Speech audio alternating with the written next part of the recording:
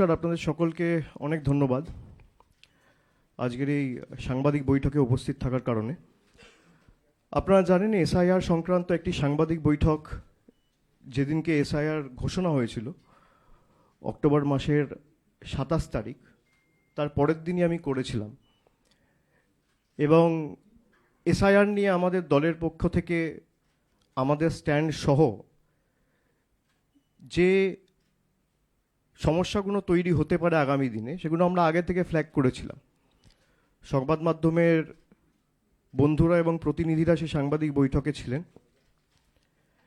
এবং যেটা আমরা আশঙ্কা করছিলাম, গত 2 মাসে আমরা দেখেছি সাধারণ মানুষ থেকে শুরু করে যারা এসআইআর কাজ করছে, বিশেষ করে বিএলওরা, তারা অনেকে এই অপরিকল্পিত, আনঅর্গানাইজড, আনপ্ল্যান্ড যে এসআইআর হঠাৎ করে ঘোষণা করে দেওয়া হয়েছে, যেখানে একটা এক্সারসাইজ সম্পূর্ণ করতে সাধারণত 2 বছর সময় লাগে, সেটা গায়ের জোরে 2 থেকে 3 মাসের মধ্যে কমপ্লিট করার যে একটা জোর জবরদস্তি এবং গাজোয়ারি মানসিকতা, তার প্রতিফলন আমরা লক্ষ্য করেছি বিগত 2 মাস ধরে। এবং সাধারণ মানুষ থেকে বিএলও একের পর এক প্রাণ গেছে এই এসআইআরের কারণে। এমনকি যে ইলেকশন কমিশন বিএলওদের অ্যাপয়েন্ট করেছে, বিএলওরা অ্যাপয়েন্টেড বাই ইলেকশন কমিশন, এদেরকে রাজ্য সরকার অ্যাপয়েন্ট করেনি, কোনো রাজনৈতিক দল অ্যাপয়েন্ট করেনি।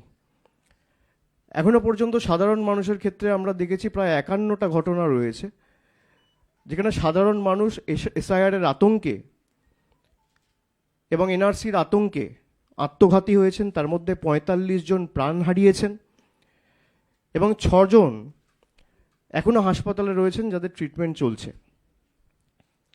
বিএলওদের ক্ষেত্রে প্রায় 29টা কেস আমরা দেখেছি যেখানে 24 জনের ট্রিটমেন্ট চলছে এবং 5 জন আত্মঘাতী হয়েছেন, সুইসাইড করেছেন। 29 জন বিএলও সুইসাইড অ্যাটেম্প্ট করেছে এবং প্রত্যেকে লিখিতভাবে বা তাদের পরিবারের যারা সদস্যরা রয়েছে তাদেরকে যখন জিজ্ঞাসা করা হয়েছে, তারা সবাই বলেছে এসআইআরের চাপ এবং মানসিক চাপ নিতে না পেরে তারা সুইসাইড অ্যাটেম্প্ট করেছেন বা আত্মঘাতী হয়েছেন। ইলেকশন কমিশনের কাছে আমরা একটা প্রতিনিধি দল নভেম্বরের শেষের দিকে 28 তারিখ পাঠিয়েছিলাম এবং আমাদের বেসিক 5টা প্রশ্ন ছিল। ইলেকশন কমিশনকে আমরা বলেছিলাম এই 5টা প্রশ্নের সদুত্তর আমরা চাই এবং জবাব আপনাদের দিতে হবে। আজকে প্রায় 1 মাস অতিক্রান্ত, এখনো পর্যন্ত একটা প্রশ্নের সদুত্তর আমরা পাইনি, কোনো প্রশ্নের সদুত্তর পাইনি।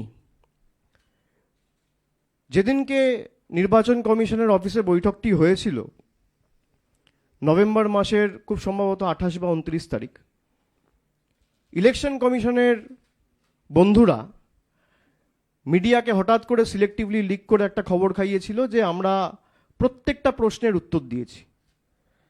তৃণমূলের যা যা প্রশ্ন ছিল আমরা শুনেছি, পেশেন্ট হিয়ারিং দিয়েছি এবং প্রত্যেকটা প্রশ্নের আমরা সদুত্তর দিয়েছি। আমি এটা শোনার পর নিজে একটা আমার এক্স হ্যান্ডেলে টুইট করি এবং সেখানে ইলেকশন কমিশনকে আমি চ্যালেঞ্জ করি যে আপনি যদি উত্তর দিয়ে থাকেন তাহলে আপনি সেটা প্রকাশ্যে আনুন, কেউ তো বারণ করছে না। আর আমাদের কাছে ডিজিটাল এভিডেন্স রয়েছে, আপনারা যে একটা প্রশ্নের উত্তর দেননি সেটা আমরা প্রমাণ করে দিতে পারি। The ball is in your court. আজকে প্রায় 1 মাস হয়ে গেছে, জ্ঞানেশবাবু, ভাইনিশবাবু, কোনো সদুত্তর তাদের থেকে আমরা পাইনি। এবং সিলেক্টিভলি বাংলাকে যেভাবে টার্গেট করা হয়েছে গত 4 বছর ধরে, বিশেষ করে 4.5 বছর, 26-এ 5 বছর হবে, 21-এ বাংলায় মুখ থুবড়ে পড়ার পর, গোহারা হারার পর, সেটা যত দিন যাচ্ছে বঙ্গবাসীর কাছে পরিষ্কার হয়েছে। শুধু জলের টাকা, রাস্তার টাকা, গরিব মানুষের 100 দিনের টাকা, আবাসের টাকা, শুধু টাকা আটকেই এরা বসে নেই, এরা মানুষের মৌলিক অধিকার কেড়ে নিতে চাইছে। গণতন্ত্রের রীতিনীতি ঐতিহ্য যে মানুষ ভোট দিয়ে সরকার নির্বাচিত করে, আর আজকে দেশটা এমন জায়গায় নিয়ে গেছে বিজেপি এবং মোদী সরকার, যেখানে কে ভোট দেবে সরকার নির্বাচিত করছে, সরকার ভোটার বেছে নিচ্ছে। তৃণমূল একমাত্র দল যারা মানুষকে নিয়ে সংগঠিত করে প্রতিরোধ প্রতিবাদ গড়ে তুলেছে। এবং প্রাথমিকভাবে যে ড্রাফট ইলেকটোরাল রোল প্রকাশিত হয়েছে, সেখানে আমরা দেখতে পেয়েছি যে 7,64,00,000 বা 66,00,000 ভোটার ছিল, তার মধ্যে 58,20,000 ভোটার বাদ গেছে। আমি যদি আপনাদের সংখ্যাটা বলি,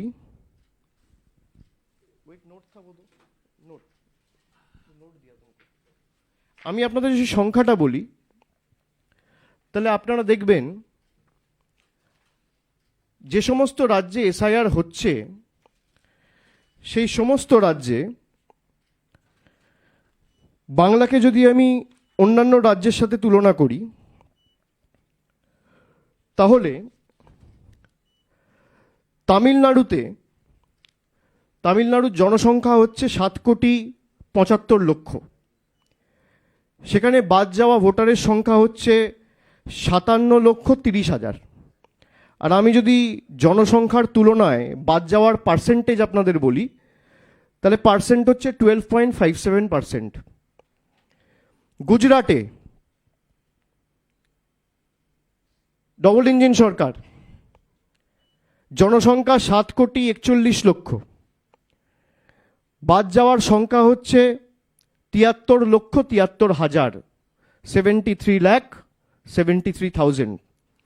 যদি আমি শতাংশের নিরিখে দেখি, তাহলে প্রায় 9.95 বা 10%। ছত্তিশগড় ডবল ইঞ্জিন সরকার, জনসংখ্যা প্রায় 3,12,00,000, টোটাল বাদ যাওয়া ভোটারের সংখ্যা হচ্ছে 27,34,000। পার্সেন্টেজ হিসেবে যদি আমি দেখি, তাহলে 8.76%। কেরালা দীর্ঘদিন সিপিএম ক্ষমতায়, প্রায় জনসংখ্যা 3,62,00,000, বাদ যাওয়া ভোটারের সংখ্যা 24,08,000। পার্সেন্টেজের তুলনায় যদি আমি দেখি, পার্সেন্টেজ 6.65%। এবং পশ্চিমবঙ্গ, জনসংখ্যা 10,05,00,000, বাদ যাওয়ার সংখ্যা হচ্ছে 58,20,000। শতাংশের নিরিখে যদি আমি জনসংখ্যার তুলনায় বাদ যাওয়ার পার্সেন্টেজ ধরি, তাহলে 5.79%। সব থেকে কম ভোটার বাংলায় বাদ গেছে। এটা আমার ডেটা নয়, এটা মমতা বন্দ্যোপাধ্যায়ের সরকারের ডেটা নয়, এটা তৃণমূলের ডেটা নয়, এটা জাগো বাংলার ডেটা নয়, এই ডেটা ইলেকশন কমিশনের ডেটা। পার্সেন্টেজের নিরিখে যদি আমি দেখি, তাহলে সব থেকে কম ডিলিশন ওয়েস্ট বেঙ্গলে হয়েছে। কিন্তু তাও জোর জবরদস্তি এসআইআর বাংলায় করতে হয়েছে, তার কারণ বিজেপি নেতারা প্রচার করেছে যে 1 কোটি বাংলাদেশি এবং রোহিঙ্গা নাকি বাংলায় বসবাস করছে। আমার প্রথম প্রশ্ন নির্বাচন কমিশনের কাছে, তারা যদি এই লক্ষ্যে এসআইআর করে থাকে, যে অবৈধ অনুপ্রবেশকারীদের চিহ্নিত করা এবং প্রকৃতভাবে ভোটার তালিকায় সংশোধন করে এসআইআর, যেটাকে বলা হচ্ছে স্পেশাল ইন্টেন্সিভ ডিভিশন করে ভোটার লিস্ট ক্লিন করা, তাহলে 58,20,000-এর মধ্যে কতজন বাংলাদেশি আর কতজন রোহিঙ্গা, তার সংখ্যা এবং তথ্য ইলেকশন কমিশনকে প্রকাশ করতে হবে। এই তথ্য এখনো আমরা কেউ পাইনি, জনসমক্ষে আসেনি, পাবলিক ডোমেনে নেই। আমার প্রথম প্রশ্ন। আমার দ্বিতীয় প্রশ্ন, যে আপনারা যে উদ্দেশ্য নিয়ে বা যে লক্ষ্য নিয়ে এসআইআর করেছেন, অবৈধ অনুপ্রবেশকারীদের চিহ্নিত করে তাদেরকে ফেরত পাঠানো, তাহলে যেখান থেকে রোহিঙ্গারা প্রবেশ করে, ভারতবর্ষের যে সমস্ত রাজ্য ইন্টারন্যাশনাল বর্ডার শেয়ার করে মায়ানমারের সাথে, সেই রাজ্যগুলোতে একটাতেও, সে অরুণাচল প্রদেশ হোক, নাগাল্যান্ড হোক, মণিপুর হোক, মিজোরাম হোক, একটাতেও এসআইআর হলো না কেন?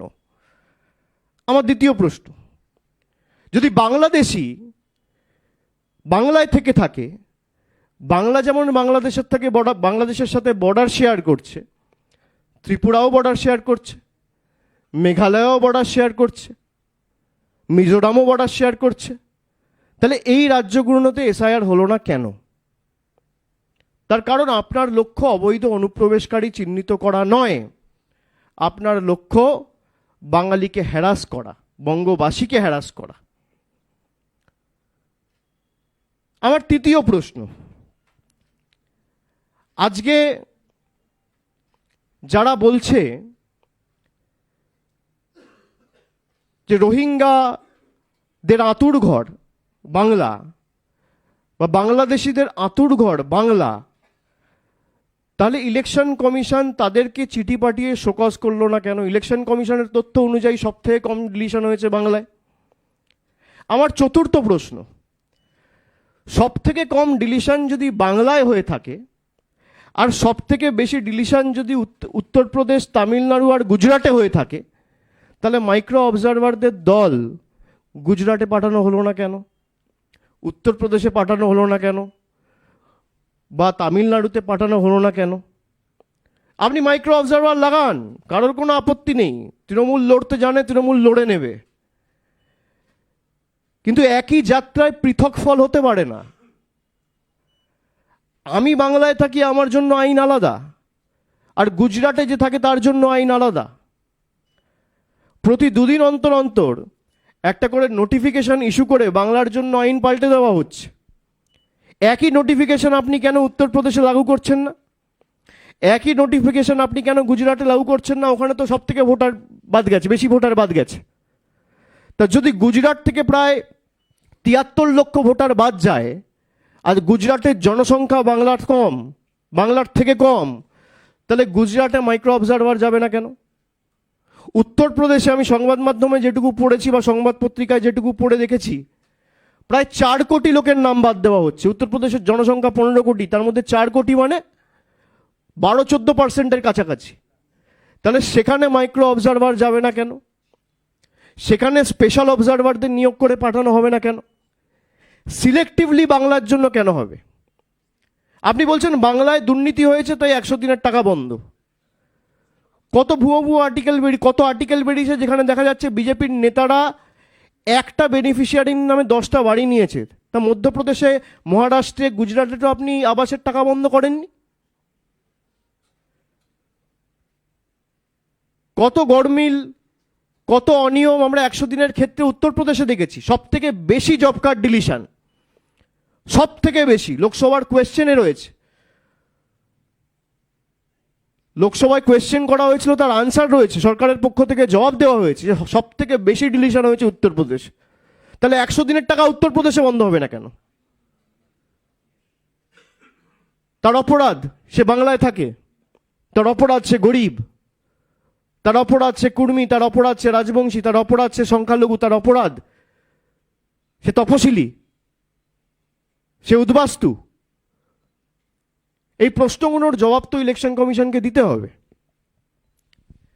বর্ডারিং স্টেটগুলো যদি এসআইআর হয়, তাহলে সবকটা বর্ডারিং স্টেটে এসআইআর হওয়া উচিত। আমার পরের প্রশ্ন ইলেকশন কমিশনের কাছে, যখন এসআইআর ঘোষণা হলো তখন বলে দেওয়া হলো যে বাংলায় 45%, 45% না 50% ম্যাপিং পাওয়া যাচ্ছে, আর বাকি ম্যাপিং পাওয়া যাচ্ছে না। তাদের তথ্য অনুযায়ী দেখা যাচ্ছে প্রায় 89% ম্যাপ ডেটা রয়েছে। তাহলে ইলেকশন কমিশন কেন 10 কোটি বাংলার মানুষের কাছে কান ধরে ক্ষমা চাইবে না? এটা তো আপনার ডেটা, আমার ডেটা নয়। ড্রাফট লিস্ট অনুযায়ী দেখা যাচ্ছে যে প্রায় 89.65% ম্যাপিং হয়েছে, আর আপনারা এই মানুষের মধ্যে আতঙ্কের পরিবেশ তৈরি করেছিলেন যে 45% ম্যাপিং হয়েছে, বাকি পাওয়া যাচ্ছে না। তাহলে কেন ক্ষমা চাইবে না?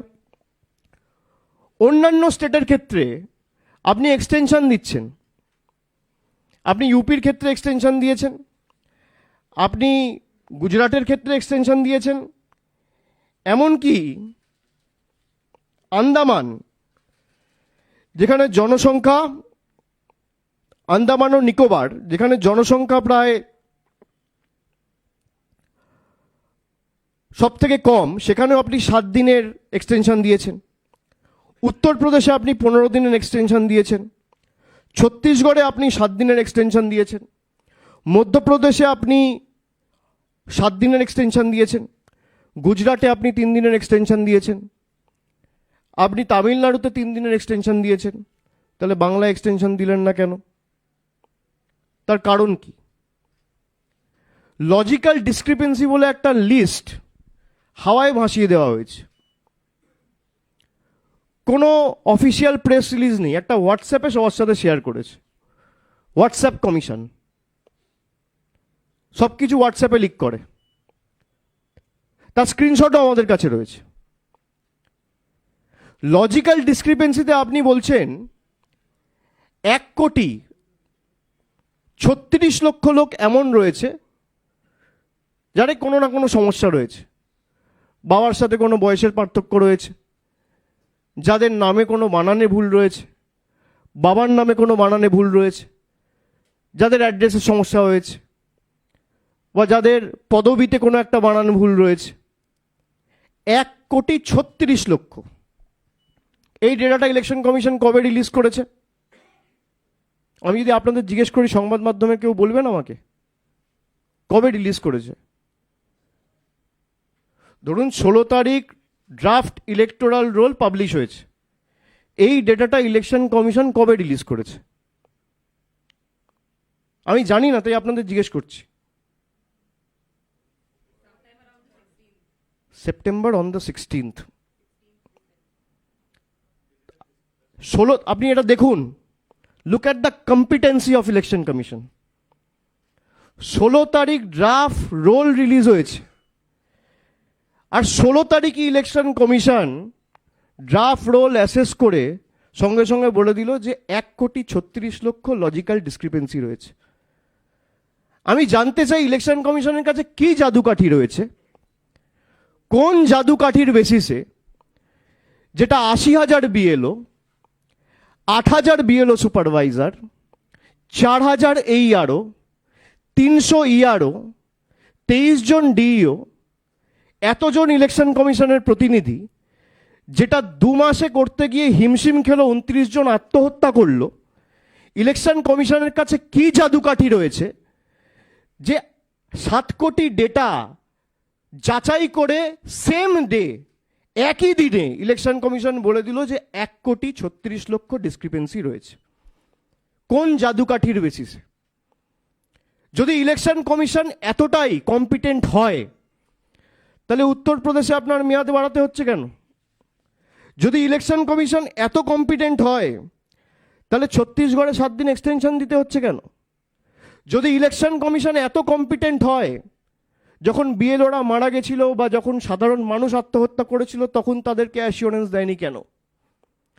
কোন জাদুকাঠির বলে ইলেকশন কমিশন 7,06,00,000, 7,00,000, 8,00,000 ডেটা অ্যাসেস করে, ইভ্যালুয়েট করে, অ্যানালাইজ করে, পুঙ্খানুপুঙ্খভাবে দেখে সেম ডে, একই দিনে সংবাদ মাধ্যমে বলল যে এই বাংলার 7 কোটি ভোটারের মধ্যে 1,36,00,000 এমন কেস রয়েছে যার কোনো না কোনো লজিক্যাল ডিসক্রিপেন্সিতে সমস্যা রয়েছে?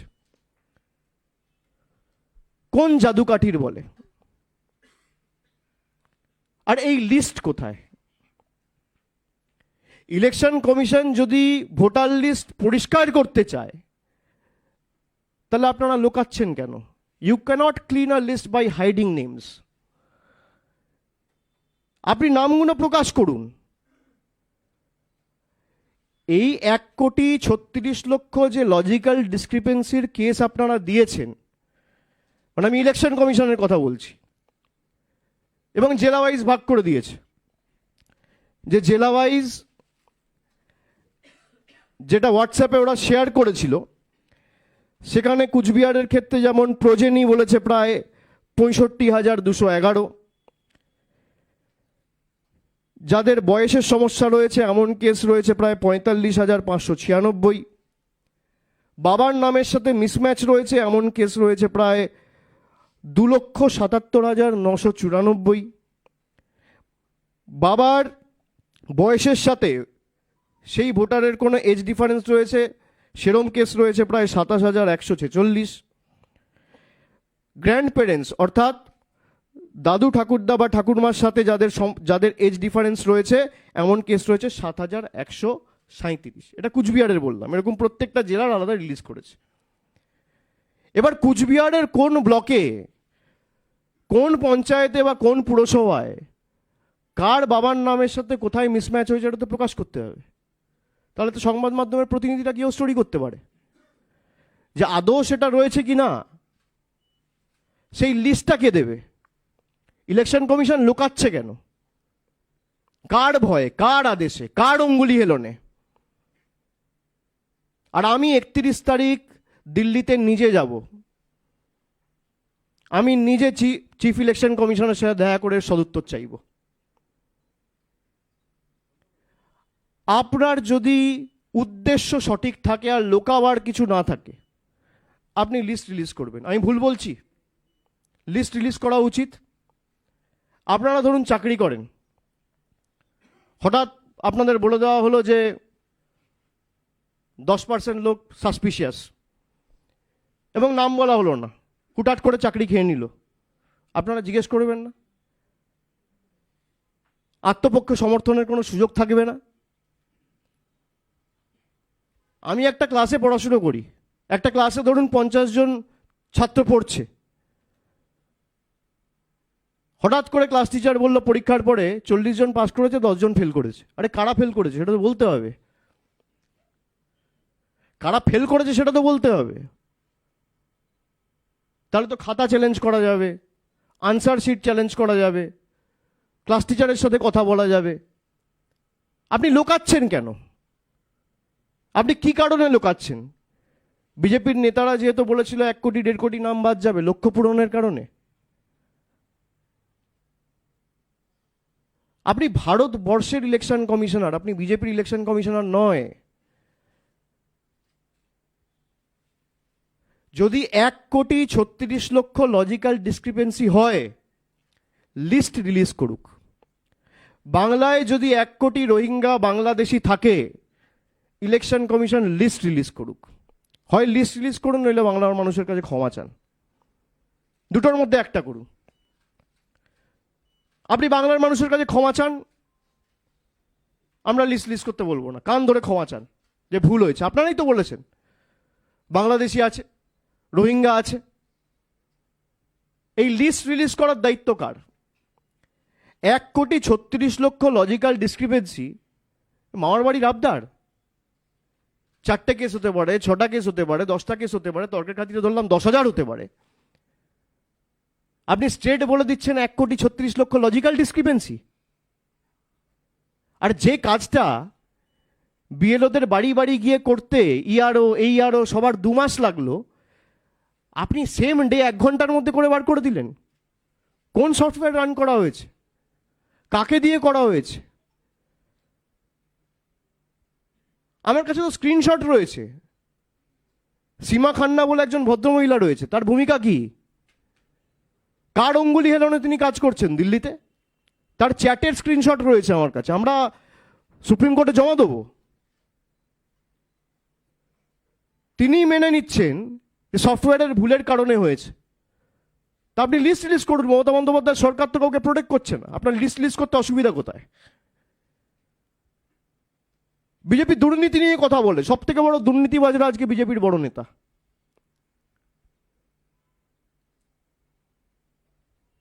যারা সাম্প্রদায়িকতাকে, সাম্প্রদায়িক সম্প্রীতি নষ্ট করে দাঙ্গা করে ক্ষমতায় এসছে, তারা সাম্প্রদায়িক সম্প্রীতি নিয়ে কথা বলবে। নামটা সীমা খান্না, আবার বলছি, DGIT attach to election commissioner of India. আর তার যদি ক্ষমতা থাকে আমার বিরুদ্ধে মিথ্যা মামলা করুক, আমার কাছে চ্যাটের স্ক্রিনশট রয়েছে। সীমা খান্না কে? কোন সফটওয়্যার রান করে আপনি 1,36,00,000 বাঙালিকে সাসপিশিয়াস লিস্টে ঢোকালেন? কি করে আপনি করতে পারেন? আর আপনি করুন, আপনি 2 কোটি করুন, 3 কোটি করুন, আপনাকে লিস্ট রিলিজ করতে হবে। প্রত্যেকটা পার্টির প্রতিনিধি গিয়ে যাচাই করবে। তৃণমূলের প্রতিনিধি যাবে, বিজেপির প্রতিনিধি যাবে, কংগ্রেসের যাবে, সিপিএম এর যাবে, সাংবাদিক বন্ধুরা যাবে। লিস্ট কেন রিলিজ করা হচ্ছে না? আমাকে বলা হলো তুমি ভুল করেছো, আর আমি কি ভুল করেছি আমাকে বলতে হবে তো।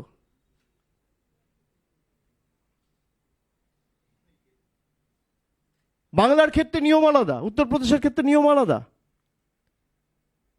বাংলার ক্ষেত্রে নিয়ম আলাদা, গুজরাটের ক্ষেত্রে নিয়ম আলাদা।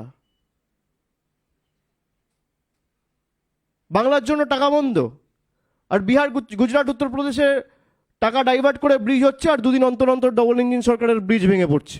আজকেও বিহারে একটা রোপওয়ে ভেঙে পড়েছে। এর দায়িত্ব কার? এর দায়িত্ব তো ইলেকশন কমিশনের। ইলেকশন কমিশনের কাছে যদি লোকানোর কিছু না থাকে, তাহলে নাম রিলিজ করছে না কেন? আমার প্রশ্ন তো এটাই। আমি সংবাদ মাধ্যমের বন্ধুদের বলবো এই প্রশ্নটা করুন। আমরা একাধিক কেস দেখেছি বাংলা জুড়ে, এরকম 100-র উপর কেস আছে। আমি জেলা ধরে ধরে আপনাদের ব্রেকআপ দিয়ে দিতে পারি। যারা বেঁচে রয়েছে এবং তাদেরকে মৃত হিসেবে ঘোষণা করে দেওয়া হয়েছে। ডানকুনিতে আমাদের একজন কাউন্সিলর আছে সূর্য বলে, তাকে ডেট দেখিয়ে দিয়েছে। এরকম প্রায়, আমি যদি আপনাকে ডিস্ট্রিক্ট ওয়াইজ বলি, এর ব্রেকআপ আমাদের কাছে আছে, আমরা এদের সবার সাথে যোগাযোগে আছি।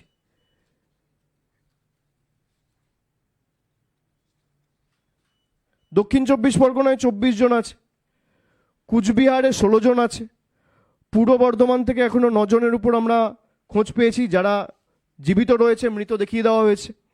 হুগলি থেকে 7 জন রয়েছে, হাওড়া থেকে 7 জন রয়েছে, নদিয়া থেকে 5 জন রয়েছে, পূর্ব মেদিনীপুর থেকে 5 জন রয়েছে, দক্ষিণ কলকাতা থেকে 5 জন রয়েছে, বর্ধমান থেকে 4 জন রয়েছে, বীরভূম থেকে 3 জন রয়েছে, আলিপুরদুয়ার থেকে 2 জন রয়েছে, দার্জিলিং থেকে 2 জন রয়েছে, মুর্শিদাবাদ থেকে 2 জন রয়েছে।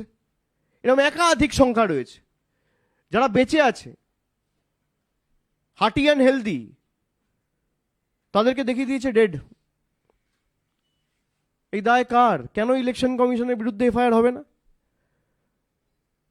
আপনি এসআইআর করে বাংলা দখল করতে চেয়েছেন, মানুষ এফআইআর করে আপনার বিরুদ্ধে গণতান্ত্রিকভাবে জবাব দেবে ওঠে। কিসের বেসিসে? আপনার কাছে যদি জাদুকাঠি থাকে যে আপনি 7 কোটি ডেটা 1 ঘন্টার মধ্যে দেখে আপনি রিলিজ করে দিচ্ছেন যে লজিক্যাল ডিসক্রিপেন্সি রয়েছে, কি জাদুকাঠি রয়েছে আপনার কাছে? আমরা তো জানতে চাই কিসের বেসিসে। আর এই লিস্ট যদি রিলিজ না করা হয়, আমরা একটা সময়সীমা আগামী 31 তারিখ বেঁধে দিয়ে আসবো। 31 তারিখ আমাদের সময় দিয়েছে। আমরা দিল্লিতে ইলেকশন কমিশনের অফিসে যাব, নির্বাচন সদনে গিয়ে আমাদের যা বলার বলবো। আর যদি এই লিস্ট না রিলিজ করা হয়, ইলেকশন কমিশনের অফিস ঘেরাও হবে। আপনার দায়বদ্ধতা মানুষের প্রতি, বিজেপির প্রতি নয়। I repeat, Gyanesh Kumar is the Election Commissioner of India, not Government of India. He is answerable to the people of this country. যদি ভাবে বিজেপির অঙ্গুলি হিলনে আমি যা ইচ্ছা তাই করব আর প্রশ্ন করার কেউ নেই, আপনাদের যত গায়ের জোর আছে আপনারা প্রয়োগ করুন। মানুষের হয়ে প্রশ্ন তো আমরা করবই। লজিক্যাল ডিসক্রিপেন্সির ডেটা ইলেকশন কমিশনকে রিলিজ করতে হবে। হয় আপনি রিলিজ করুন, নইলে বাংলার মানুষের কাছে কান ধরে ক্ষমা চান। দুটোর মধ্যে একটা করুন, যে আমাদের ভুল হয়েছে। হঠাৎ করে তারপর ফাইনাল ভোটার লিস্ট রিলিজ করা হবে, তখন দেখবেন এর নাম নেই বিহারের মতো। বিহারের সাসপিশিয়াস লিস্ট ছিল 28 লাখ, তার মধ্যে ফাইনালি 3.5 লাখ ডিলিটেড, আর 24 লক্ষ লোক অ্যাকোমোডেটেড রয়েছে ফাইনাল ইলেকটোরাল রোলে। 24 লাখ লোক। আর বাংলার ক্ষেত্রে সেটা করে দিয়েছে 1,36,00,000। তার মধ্যে 6টা ক্যাটেগরি করে দিয়েছে। বাবার নামের মিসম্যাচ, বয়সের পার্থক্য, পদবিতে বানান ভুল। হতেই পারে, আপনি লিস্ট রিলিজ করুন। কোন পাড়ায় কার পদবীর বানান ভুল, তাকে তো তার সার্টিফিকেট নিয়ে যেতে হবে। ক্লেম অ্যান্ড অবজেকশনে তো সে সুযোগ পাবে। আমি জানতেই পারলাম না, আমার কাছে নোটিশই এলো না, হঠাৎ করে আপনার নাম বাদ। আপনাকে যদি কোনো সুযোগ না দিয়ে চাকরি থেকে বার করে দেওয়া হয়, যে you are hereby suspended from the service, we are hereby terminating our agreement of granting employment, আপনি কি করবেন? আপনাকে কোনো সমর্থনের সুযোগ দেওয়া হলো না, স্টেট বাদ দিয়ে দেওয়া হচ্ছে। কি বাদ, কেন বাদ, কবে বাদ, কিছুই জানি না। এ কোথাকার নিয়ম?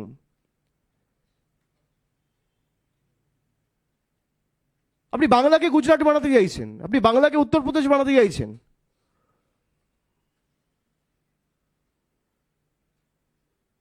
বাংলা বিপ্লবীদের মাটি, এই বাংলা বশ্যতা স্বীকার করে না।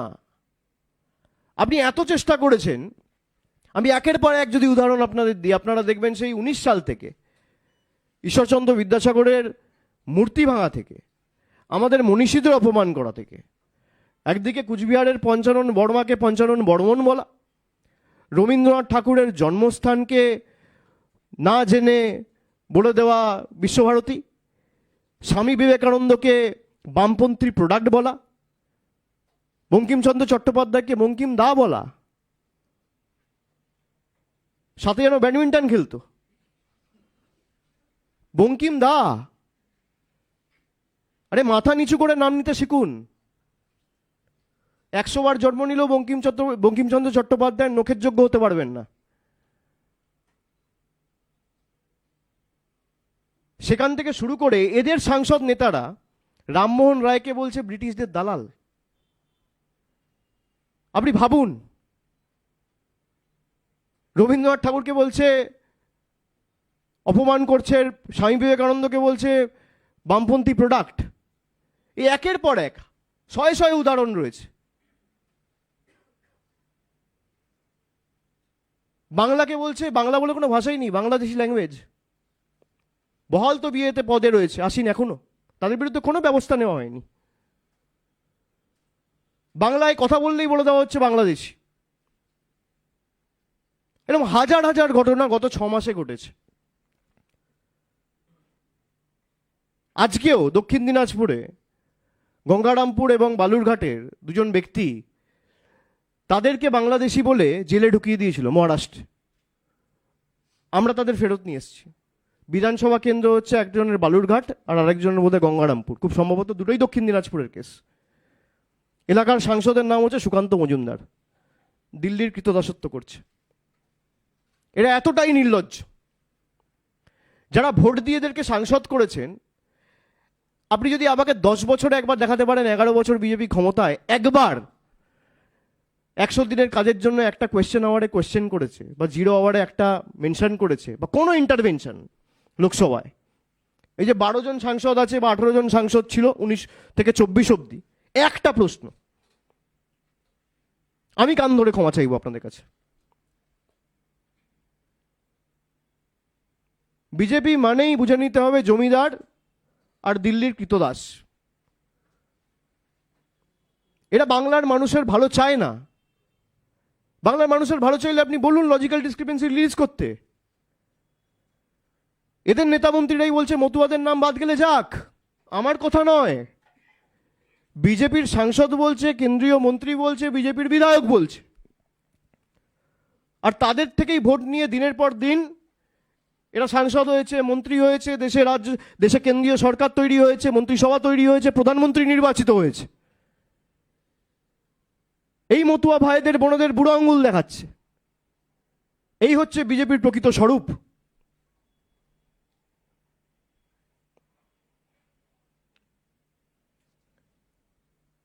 এবং এই কারণেই আমরা বিজেপিকে চ্যালেঞ্জ করছি। আমরা যেমন 24-এর আগে বলেছিলাম, প্রধানমন্ত্রী সেখানে বলেছিল 1000 करोड़ रुपया दिया है आपके लिए, दीदी का सरकार वो पैसा आप तक पहुंचने नहीं देता है। আমি বলেছিলাম খালি শ্বেতপত্রটা প্রকাশ করুন। আপনি বলছেন আবাসের জন্য 50,000 কোটি টাকা দিয়েছি, খুব ভালো কথা, প্রমাণটা দিতে হবে। 50,000 কোটি উড়ে উড়ে আসে না, ব্যাংকের মাধ্যমে, ব্যাংকিং ট্রানজাকশনের মাধ্যমে আসে। আপনি শ্বেতপত্র প্রকাশ করুন, কেউ তো বারণ করছে না। টাকাটা দিয়েছেন, তার ব্যাংকিং ট্রানজাকশন বা একটা ব্যাংকের স্টেটমেন্ট বা কোনো একটা ট্রানজাকশন ডিটেলস আপনাকে তো প্রকাশ করতে হবে। আজকে 2 বছর 2.5 বছর হতে চললো, এখনো প্রকাশ করতে পারেনি। ইলেকশন কমিশনকে চ্যালেঞ্জ করলাম আজকে,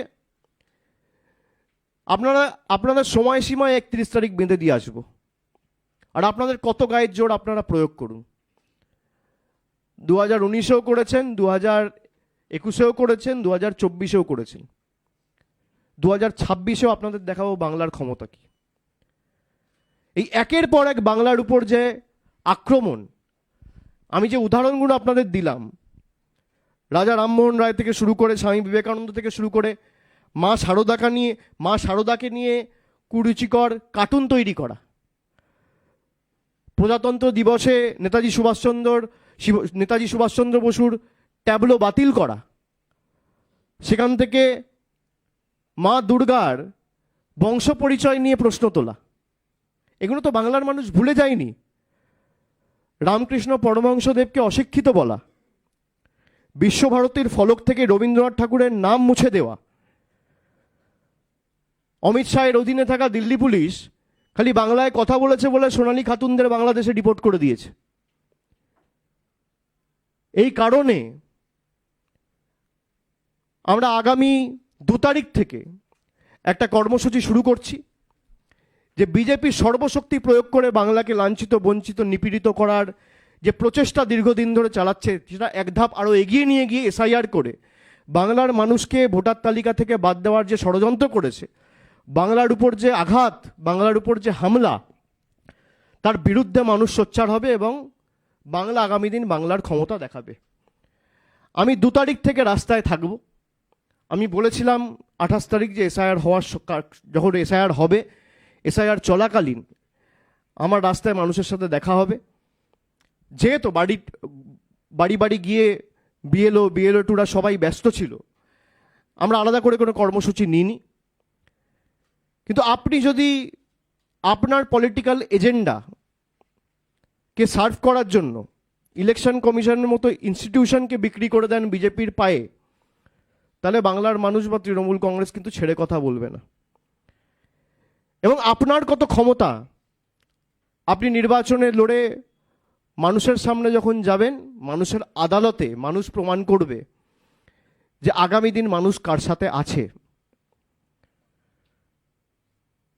আমরা 2 তারিখ থেকে আগামী 2রা জানুয়ারি 2nd জানুয়ারি থেকে যে কর্মসূচি আমি শুরু করছি, একটা আমাদের অলরেডি মুখ্যমন্ত্রী সাংবাদিক বৈঠক করে তিনি আমাদের রিপোর্ট কার্ড অলরেডি তুলে ধরেছেন মানুষের কাছে। আমাদের একটা জবাবদিহিতা রয়েছে, যেহেতু 15 বছর আমরা ক্ষমতায়, আমরা যখন 2021-এও নির্বাচনে গেছিলাম, আমরা বঙ্গধ্বনি যাত্রা করে 10 বছরের রিপোর্ট কার্ড মানুষের কাছে তুলে ধরেছিলাম। পুঙ্খানুপুঙ্খ হিসেব, কোন ক্ষেত্রে আমরা কি কাজ করেছি, যে সমস্ত যুগান্তকারী প্রকল্প বা কর্মসূচি রাজ্য সরকার নিয়েছে বা বাস্তবায়িত করেছে বিভিন্ন ক্ষেত্রে, তার একটা বিস্তারিত তালিকা বা খতিয়ান আমরা মানুষের কাছে তুলে ধরেছিলাম 2021-এর আগে। আমাদের দায়িত্ব, কর্তব্য, যে তৃতীয়বার যেহেতু মুখ্যমন্ত্রী মমতা বন্দ্যোপাধ্যায়কে মানুষ বসিয়েছেন, আমাদের নির্বাচনে যাওয়ার আগে এই 15 বছরে আমরা কি কাজ করেছি, সেটা স্বাস্থ্যক্ষেত্রে হোক, জাতিগত শংসাপত্রের ক্ষেত্রে হোক, সেটা পর্যটনের ক্ষেত্রে হোক, শিক্ষাক্ষেত্রে হোক, শিল্পক্ষেত্রে হোক, ক্রীড়াক্ষেত্রে হোক, আমরা বিস্তারিত একটা রিপোর্ট কার্ড মানুষের কাছে, মানুষের দোরগোড়ায় নিয়ে যাবো, মানুষের দুয়ারে আমরা পৌঁছে দেবো। আমরা যদি মাথা নত করতেই হয়, আমরা 10 কোটি বাঙালির কাছে মাথা নত করবো, 10 কোটি বঙ্গবাসীর কাছে করব, এই মাটির কাছে করব, আমাদের গুরুজনদের কাছে করব, বিপ্লবীদের কাছে করব, যারা এই মাটির জন্য প্রাণ দিয়েছে তাদের কাছে করব। দিল্লির জল্লাদদের কাছে বাংলার মানুষ কোনোদিন আত্মসমর্পণ করবে না, মেরুদণ্ড বিক্রি করবে না। আমি গতকাল একটা ভিসি করে আমাদের দলীয় কর্মীদের এবং পদাধিকারীদের কিছু নির্দেশ দলের তরফ থেকে দিয়েছি। এই কর্মসূচি যেমন 1 জানুয়ারি থেকে শুরু হবে, ঠিক তার পরের দিন 2nd জানুয়ারি থেকে বিভিন্ন জেলায় আমি নিজে যাব। সেখানে আমার কিছু কর্মসূচি থাকবে, জনসভা থাকবে, রোড শো থাকবে, কিছু কমিউনিটি ইন্টারাকশন থাকবে। যেমন আমি 2 তারিখ দক্ষিণ 24 পরগনা বারুইপুর থেকে সভা শুরু করব। তার পরের দিন আমি উত্তরে জলপাইগুড়ি, আলিপুরদুয়ার নিয়ে চা বাগানের শ্রমিকদের নিয়ে একটা ইন্টারাকশন করব, একটা আলোচনা সভা বা একটা সভা তাদের সাথে করব। এবং সে কারণে আমরা যে ক্যাম্পেইনটা আজকে, যার শুভ সূচনার কারণে আপনাদের সবাইকে ডেকেছি, যে এদের যত ক্ষমতা আছে প্রয়োগ করো, এদের যত টাকা, এজেন্সি, ক্ষমতা, election commission, high court, supreme court, paramilitary force, SIR, income tax, ED, CBI, media, টাকা যত কিছু আছে আপনার সর্বশক্তি লাগিয়ে আপনি প্রয়োগ করুন। যতই করো হামলা, আবার জিতবে বাংলা। এই কর্মসূচিকে সামনে রেখে আগামী 1 মাস আমি রাস্তায় থাকব।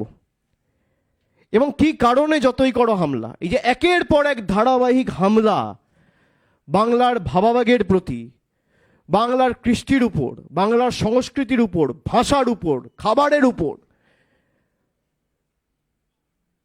একজন চিকেন প্যাটিস বিক্রি করছে, তাকে মারা হচ্ছে।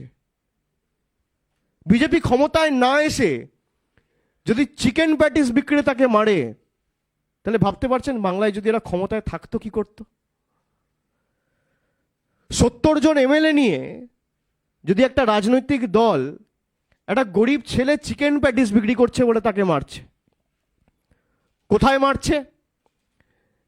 গীতা পাঠের অনুষ্ঠানে মারছে। বাপের জন্মে গীতা পড়েনি। গীতা যদি পড়তো এই কাজ করতো না। একটা শ্লোক বলতে পারবে না গীতার।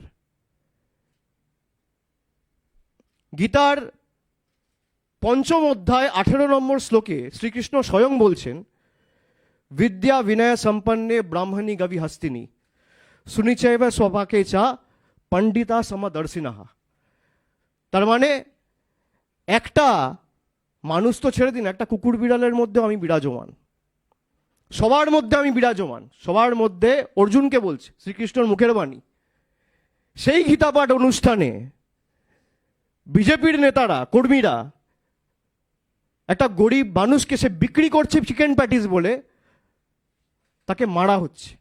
শুধু তাই না, দোষীদের পুলিশ অ্যারেস্ট করেছে, তাদের মালা পরিয়ে বরণ করানো হচ্ছে। এই হচ্ছে বিজেপির হিন্দুত্ব। গীতা পড়েছেন? একটা শ্লোক বলতে পারবে? মাঠে এরমভাবে গেরুয়া তিলক লাগিয়ে গীতা আপনি বাড়িতে পড়ুন, গীতার কথাগুলো ফলো করুন। আরে আপনি শ্রীকৃষ্ণর কথাই মানছেন না। গীতা একমাত্র পবিত্র গ্রন্থ যেখানে ভগবানের বাণী স্বয়ং রয়েছে। বাকি যেগুলো রয়েছে, ভগবত পুরাণের যে 18টা স্কন্ধ রয়েছে, সেখানে কোথাও ভগবানের বাণী নেই। শ্রীকৃষ্ণ স্বয়ং যে কথাগুলো বলেছিল, এই যে 700টা শ্লোক, এই শ্লোকগুলো শ্রীকৃষ্ণর মুখ থেকে বেরিয়েছে। আপনি শ্রীকৃষ্ণকেই মানেন না। যবে থেকে রাম মন্দির হয়ে গেছে, জয় শ্রীরাম বর্জন। এই তো বিজেপির হিন্দুত্ব। জয় শ্রীরাম আর করে না। আরে রামের পুজো আপনি বাড়িতে করুন। যে রাম অকাল বোধনে নিজের চক্ষুটা মা দুর্গাকে অর্পণ করেছিল, সেই মা দুর্গার বংশ পরিচয় নিয়ে বিজেপি প্রশ্ন তোলে। এরা হিন্দুত্ব শেখাবে আমাদের, বাংলার মানুষকে? এটা কি জানে? আপনি ধর্ম বাড়িতে করবেন। হিন্দু ধর্মের রক্ষাকর্তা হিসেবে যারা নিজেদের দাবি করে, অন্যান্য রাষ্ট্রে যখন হিন্দুরা নিগৃহীত হয়, যখন তাদেরকে অত্যাচারিত করে মারা হয়, তখন এরা কোথায় থাকে? তখন এদের ভালোবাসা, প্রেম, বন্দনা, আবেগ এসব কোথায় থাকে? যে বিজেপি আজকে বাংলায় এসে, এটা সম্প্রীতির বাংলা। কে চিকেন প্যাটিস বিক্রি করবে, কে ভেজিটেবল প্যাটিস বিক্রি করবে, কে ফিশ ফ্রাই বিক্রি করবে, কে আলুর দম বিক্রি করবে, কে এগরোল বিক্রি করবে, আর কে চাউমিন বিক্রি করবে, বিজেপির দিল্লির বাবারা ঠিক করবে?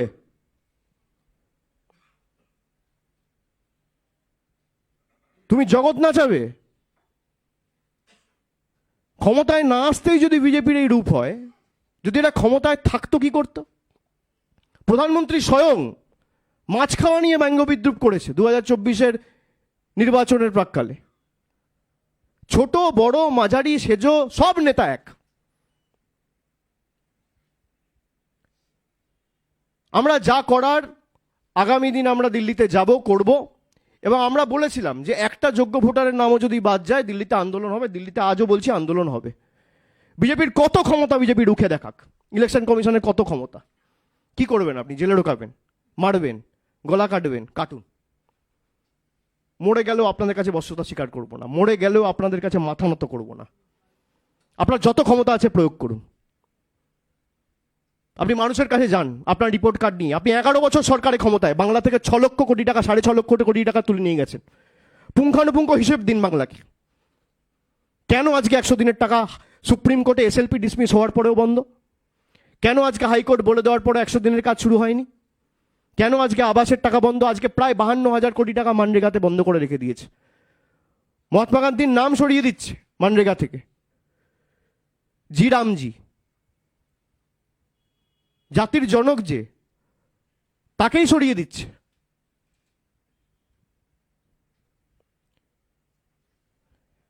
আমি আপনাদের বিস্তারিত একটা ভিডিও দেখাবো কেন আমরা এই ক্যাম্পেইনটা করছি এবং এর সারবত্তা কি এবং গুরুত্ব কি এবং কি কারণে আমাদের এটা করা। তারপর যখন আমি মাঠে ময়দানে থাকবো, আপনাদের সকলের সাথে আবার দেখা হবে, তখন আমি বিস্তারিত বলবো। আর ভিডিওটা চলার পর আপনাদের যদি কারোর কোনো রকম কোনো প্রশ্ন থাকে আমি এক এক করে নেবো এবং উত্তর দেবো। 2021 সালে বাংলার বিধানসভা ভোটের লজ্জাজনক হারের পর থেকেই বিজেপির একটাই লক্ষ্য, যেভাবেই হোক বাংলাকে দমিয়ে রাখা। আর তাই একের পর এক পরিকল্পিত হামলা চলছে বাংলার ওপরে। এই কয়েক বছরে বাংলা থেকে 6,50,000 কোটি টাকারও বেশি কর তুলে নিয়ে গেছে বিজেপি পরিচালিত কেন্দ্রীয় সরকার। কিন্তু তার বদলে বন্ধ করে দিয়েছে বাংলার 100 দিনের কাজের টাকা, রাস্তার টাকা, জলের টাকা। এমনকি গরিব মানুষের মাথার ওপর থেকে পাকা ছাদের স্বপ্নটুকুও কেড়ে নেওয়া হয়েছে। বাংলার অধিকারের 1.96 লক্ষ কোটি টাকা আটকে রেখেছে বিজেপি সরকার। একই সাথে বাংলার ঐতিহ্য, সংস্কৃতি আর গৌরবের ওপরেও চলছে বিজেপির বুলডোজার। বিদ্যাসাগরের মূর্তি ভাঙা দিয়ে যা শুরু হয়েছিল, আজ তা এসে ঠেকেছে আলোক পুরুষদের অপমানে। बंकिम दा का ये भाव सूत्र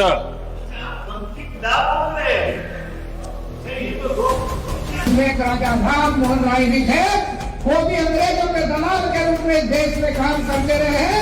বঙ্গ বিজেপির এক্স হ্যান্ডেলে পোস্ট করা মা সারদার ব্যঙ্গচিত্র ঘিরে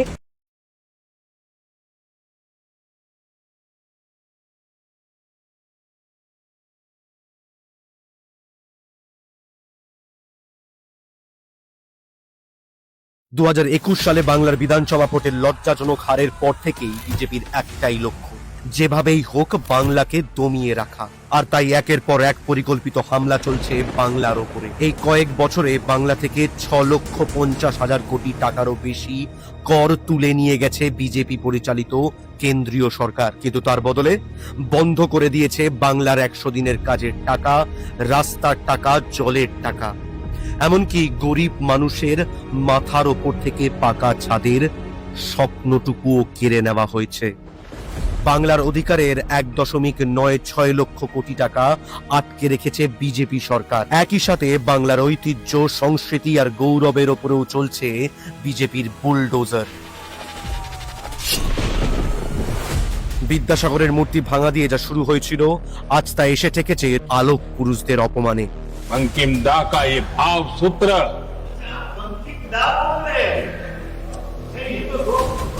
एक राजा था मोहन राय जी थे, वो भी अंग्रेजों के दलाल के रूप में देश में काम करते रहे हैं। বঙ্গ বিজেপির এক্স হ্যান্ডেলে পোস্ট করা মা সারদার ব্যঙ্গচিত্র ঘিরে তোলপাড় রাজ্য রাজনীতি। প্রজাতন্ত্র দিবসে বাংলার নেতাজি থিমের যাবলো বাতিল। সবচেয়ে বড় অশিক্ষিত রামকৃষ্ণ দেব ছিলেন, তার রবীন্দ্রনাথও খুব বেশি লেখাপড়া করেনি। সুকান্ত মজুমদার বিজেপির বাংলার প্রতি তাদের কত দরদ, সেই নাটক করছেন পায়ের কাছে রবীন্দ্রনাথ ঠাকুর আর বঙ্কিমচন্দ্র চট্টোপাধ্যায়ের ছবি রেখে। আজ এমন এক সময় এসেছে যেখানে নিজের মাতৃভাষা বাংলা বললেই ভারতের মাটিতেই অত্যাচারিত হতে হয় বাঙালিকে। আজকে অমিত মালভিয়া বিজেপি নেতা, তিনি বলছেন বাংলা ভাষা বলেই কিছু নেই। ডিটেনশন ক্যাম্পে পাঠানো থেকে মব লিঞ্চিং, কিছুই বাদ যাচ্ছে না। বাংলায় ডিটেনশন ক্যাম্প হবে না, হবে না, হবে না। এতদিন যখন করিনি, যতদিন থাকবো করতে দেব না, দেব না, দেব না। দেশ ছাড়া করার ঘটনাও সামনে আসছে প্রতিনিয়ত। জন্মসূত্রে ভারতীয় হয়েও অন্তঃসত্ত্বা সোনালী খাতুনকে ফেলে দেওয়া হয়েছিল বাংলাদেশে। जो हम लोग के साथ हुआ ना किसी के साथ ना है, ऊपर वाले किसी के साथ ना करे। সেই একই পথে বিজেপির নতুন অস্ত্র এসআইআর। নির্বাচন কমিশনকে ব্যবহার করে বাঙালিদের ভোটাধিকার কেড়ে নেওয়ার নতুন চক্রান্ত। নিজের দেশে নিজের মাটিতে দাঁড়িয়েই বাঙালির অস্তিত্ব আজ প্রশ্নের মুখে। আমার নাম উঠবে না, আমার ওর মার 2002 সালের নাম নেই, ওর কি করে হবে নাম উঠবে? এই চক্রে এই ইয়েতেই ওর মাথাটাই একবার শেষ হয়ে আস্তে আস্তে সুইসাইড। আমি এইটাই বলতে চাই না, বিজেপির মোদীকে এতই মানে রাজ্য দখল করা এতই নেশা জমে গেছে যে মানুষ মরে যাক, আমার কোনো আপত্তি, আমার কোনো ক্ষতি না, আমার রাজ্য চাই। আজ বিজেপি বাংলা এবং বাঙালির বিরুদ্ধে যুদ্ধ ঘোষণা করেছে। তাদের এই ধারাবাহিক চক্রান্তের উদ্দেশ্য একটাই, প্রতিনিয়ত বাংলার মানুষকে হেনস্থা করা। বাঁচতে চাই বিজেপি, তাই এর নামে হুমকি দেওয়া হচ্ছে। ওদের কাছে নত জানু না হলে বাংলা ও বাঙালির বেঁচে থাকার অধিকারই শেষ করে দেওয়া হবে। আগামী দিনের লড়াই বাংলাই লড়বে, আগামী দিনের শেষ কথা বাংলাই বলবে। কিন্তু বিজেপি বোধহয় ভুলে গেছে, এই বাংলা কখনো অন্যায়ের সামনে মাথা নোয়ায় না। গোটা দেশ যখন কুসংস্কারের অন্ধকারে ডুবেছিল, এই বাংলার নবজাগরণ পথ দেখিয়েছিল। এই বাংলার মাটি প্রথম আওয়াজ তুলেছিল জয় হিন্দ বলে। এই মাটিতেই সৃষ্টি হয়েছিল বন্দে মাতারাম জনগণ মন। যে বাংলা একদিন দেশে স্বাধীনতার আগুন জ্বেলেছিল, সেই বাংলাই আজ বীর চিত্তে আবার আওয়াজ তুলছে। যতই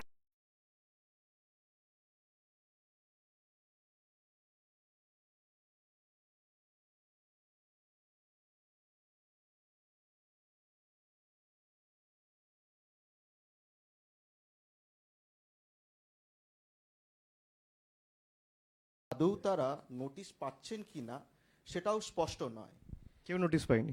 হ্যাঁ, ফলে এইটার ক্ষেত্রেও কি একটা প্রবল অ্যানোমালি থেকে যাচ্ছে যে আদৌ এই 1,34,00,000 তাদেরকে নোটিশ সার্ভ করা হচ্ছে কিনা সেটাও কিন্তু কেউ জানতে পারছে না। আপনি লিস্ট যদি পাবলিশ করেন, তার বেসিসে যদি নোটিশ পাঠানো হয়, কারোর তো কোনো আপত্তি নেই। কিন্তু আপনি লিস্টই যদি পাবলিশ না করেন, যদি একটা ধোঁয়াশা রয়েই যায়, যদি একটা অ্যাম্বিগুইটি থাকে যে কারা কারা এই লিস্টের মধ্যে রয়েছে, কি কারণে রয়েছে। আপনি 6টা ক্যাটেগরি করে দিলেন এবং বললেন যে বাবার নামের সাথে মিসম্যাচ রয়েছে, এই কারণে 1,36,00,000 মধ্যে 11 লক্ষ লোক পড়লো। যাদের বাবার সাথে ছেলেদের এমন 15-20 বছরের ডিফারেন্স রয়েছে, এরকম 20 লাখ লোক পড়লো। আরে কারা পড়লো সেটা তো বলতে হবে। 6টা ক্যাটেগরি করে যদি আমি ঢুকিয়ে দিই, কোথাও 10 লাখ, কোথাও 12 লাখ, কোথাও 15 লাখ, তাহলে তো হবে না। সাংবাদিক হিসেবে আমি মনে করি এই প্রশ্নগুলো আপনাদেরও করা উচিত ইলেকশন কমিশনের কাছে, যে ট্রান্সপারেন্সি যদি আপনার মোটিভ হয়, তাহলে আপনারা লুকাচ্ছেন কেন? আপনারা পাবলিশ করুন। ভোটার লিস্ট যদি ক্লিন করা আপনাদের উদ্দেশ্য হয়, ভোটার লিস্ট পরিষ্কার করাই যদি উদ্দেশ্য হয়, প্রথমত এই ভোটার লিস্টের বেসিসেই 2024-এ নির্বাচন হয়েছে। ভোটাররা যদি অবৈধ হয়, তাহলে দেশের প্রধানমন্ত্রী অবৈধ। ভোটার যদি অবৈধ হয়, তাহলে দেশের স্বরাষ্ট্রমন্ত্রী অবৈধ, প্রতিরক্ষামন্ত্রী অবৈধ, স্বাস্থ্যমন্ত্রী অবৈধ, রেলমন্ত্রী অবৈধ। যে সরকার গভর্নর অ্যাপয়েন্ট করছে, গভর্নর অবৈধ। যে সরকার প্রেসিডেন্ট অফ ইন্ডিয়া অ্যাপয়েন্ট করছে বা যেই সাংসদরা করছে, প্রেসিডেন্ট অফ ইন্ডিয়া অবৈধ। ভাইস প্রেসিডেন্ট অফ ইন্ডিয়ার জন্য যারা ভোটাধিকার প্রয়োগ করে ভাইস প্রেসিডেন্ট অ্যাপয়েন্ট করছে, যে সমস্ত সাংসদরা, তারাও অবৈধ। ভাইস প্রেসিডেন্ট নিজে অবৈধ। আমি সেই বিষয়ে ঢুকছি না। আমি বলছি, আপনি বলে দিলেন যে ভোটাররা অবৈধ, কারণ আপনার তো মোরাল ভ্যালু বলে কিছু নেই, মোরাল সিস্টেম বা মোরাল ভ্যালু বলে কিছু নেই যে আমি যদি অবৈধ হই তাহলে আগে আমি রিজাইন করি, নিয়ে সারা ভারতবর্ষে এসআইআর করি। আপনি সেটা করলেন না। আপনি স্টেট বলে দিলেন যে এখানে ভোটার লিস্ট পরিষ্কার করতে হবে, সেই জন্য আমি এসআইআর করছি। এসআইআর প্রক্রিয়া শুরু হলো। এসআইআর প্রক্রিয়া শুরু করার সময় আপনি যা ইচ্ছা তাই করছেন, জোর জবরদস্তি। কাজ কমপ্লিট করতে হবে 2 মাসের মধ্যে। আরে আপনার কাছে যদি টুল থাকে যে আপনি একদিনের মধ্যে যাচাই করে 7 কোটি ভোটারকে বলে দিলেন 1,36,00,000 লজিক্যাল ডিসক্রিপেন্সির কেস রয়েছে, তাহলে আপনি তাদের নাম পাবলিশ করছেন না কেন? আপনার কিসের এত ভয়? যদি লোকানোর কিছু মোটিভ নাই থাকে, উদ্দেশ্য নাই থাকে, আর আপনার উদ্দেশ্য যদি পরিষ্কার থাকে, ক্লিন থাকে, তাহলে আপনি পাবলিশ করুন। বিজেপি এটাই চেষ্টা করবে যে যেহেতু বিজেপির নেতারা 1 কোটি 1.5 কোটি বলেছে, ইলেকশন কমিশনকে নতজানু করে যেন তেন প্রকারে জোর জবরদস্তি কায়দা করে বাংলা থেকে, বাংলার মানুষ যেহেতু এদেরকে 2021-24 ভোট দেয়নি, সেই কারণেই প্রধানমন্ত্রী গত সপ্তাহে সভা করতে এসে ভার্চুয়াল অ্যাড্রেসে বলেছে বাঁচতে চাই তাই বিজেপি তাই। এই 4টে শব্দের মধ্যে কিন্তু গভীর একটা মেসেজ লুকিয়ে আছে। এই 4টে শব্দের মধ্যে শুধু ষড়যন্ত্র নয়, বাংলার প্রতি যে বৈমাতৃসুলভ আচরণ এবং বাংলার মানুষকে পানিশ করার যে মানসিকতা, যে শিক্ষা দেওয়ার মানসিকতা, টাইট করার মানসিকতা, যেটা বিজেপির নেতারা বলেছে টাইট করতে হবে। ওরাই তো বলেছে যে একটা ফোনে টাকা চলে আসবে, একটা ফোনে টাকা বন্ধ করে দেবো, তো নেতারাই করেছে। তো বাংলার মানুষকে যে টাইট করার মানসিকতা, এটাই এই 4টে শব্দ থেকে পরিষ্কার, যে বাঁচতে চাই বিজেপি তাই। মানে স্যারেন্ডার করে বাংলার মানুষকে বলছে বিজেপির পায়ে ধরে যে আমাকে বাঁচতে দাও, তোমাকে ভোট দেবো। বাংলার মানুষ কোনোদিন পায়ে পড়েনি। এটা দাঙ্গার ভূমি নয়, এটা বিপ্লবীদের ভূমি। বাংলার মানুষ লড়তে জানে, সব কিছু বিক্রি করে দেবে, কিন্তু আত্মসম্মান বিক্রি করবে না। এদের পাল্টা বাংলার মানুষ জবাব দিয়ে প্রমাণ করবে যে বাঁচতে চাই তাই বিজেপি বাই। আর বাংলা মানবে না হার, তৃণমূল আবার। বাংলার মানুষ প্রমাণ করবে।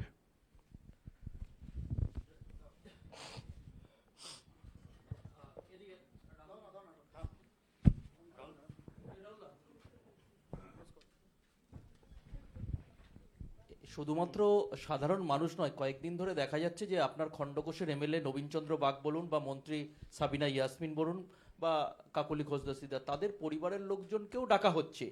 তাহলে যারা জনপ্রতিনিধি এতদিন ধরে নির্বাচিত হয়ে আসছেন, কোনোভাবেই তারা সাধারণ মানুষের দ্বারাই নির্বাচিত হয়েছেন, এই জনপ্রতিনিধিদের ডাকার পিছনে উদ্দেশ্যটা কি? মানে ওই জায়গাগুলো, ওই আসনগুলোকে কি টার্গেট করা হচ্ছে, নাকি ওই অন্য কিছু বিজেপির কোনো পরিকল্পনা রয়েছে? সেটা তো জ্ঞানেশ কুমার বলতে পারবে। কোন সফটওয়্যারের বেসিসে, কোন জাদুকাঠির বেসিসে তিনি একদিনের মধ্যে ঠিক করে নিলেন যে এই 7 কোটি ভোটারের মধ্যে 1,36,00,000 লজিক্যাল ডিসক্রিপেন্সির কেস রয়েছে, এবং যিনি নিজে জনপ্রতিনিধি তার 2 ছেলের নাম নেই। কাকলি ঘোষ দস্তিদারের ক্ষেত্রে তার 2 ছেলের নাম আমি শুনেছি ভোটার লিস্টে নেই, তার নিজের মায়ের নাম ভোটার লিস্টে নেই। জনপ্রতিনিধিদের নামই যদি না থাকে, তাহলে বিজেপির থেকে আপনি কি আশা করবেন?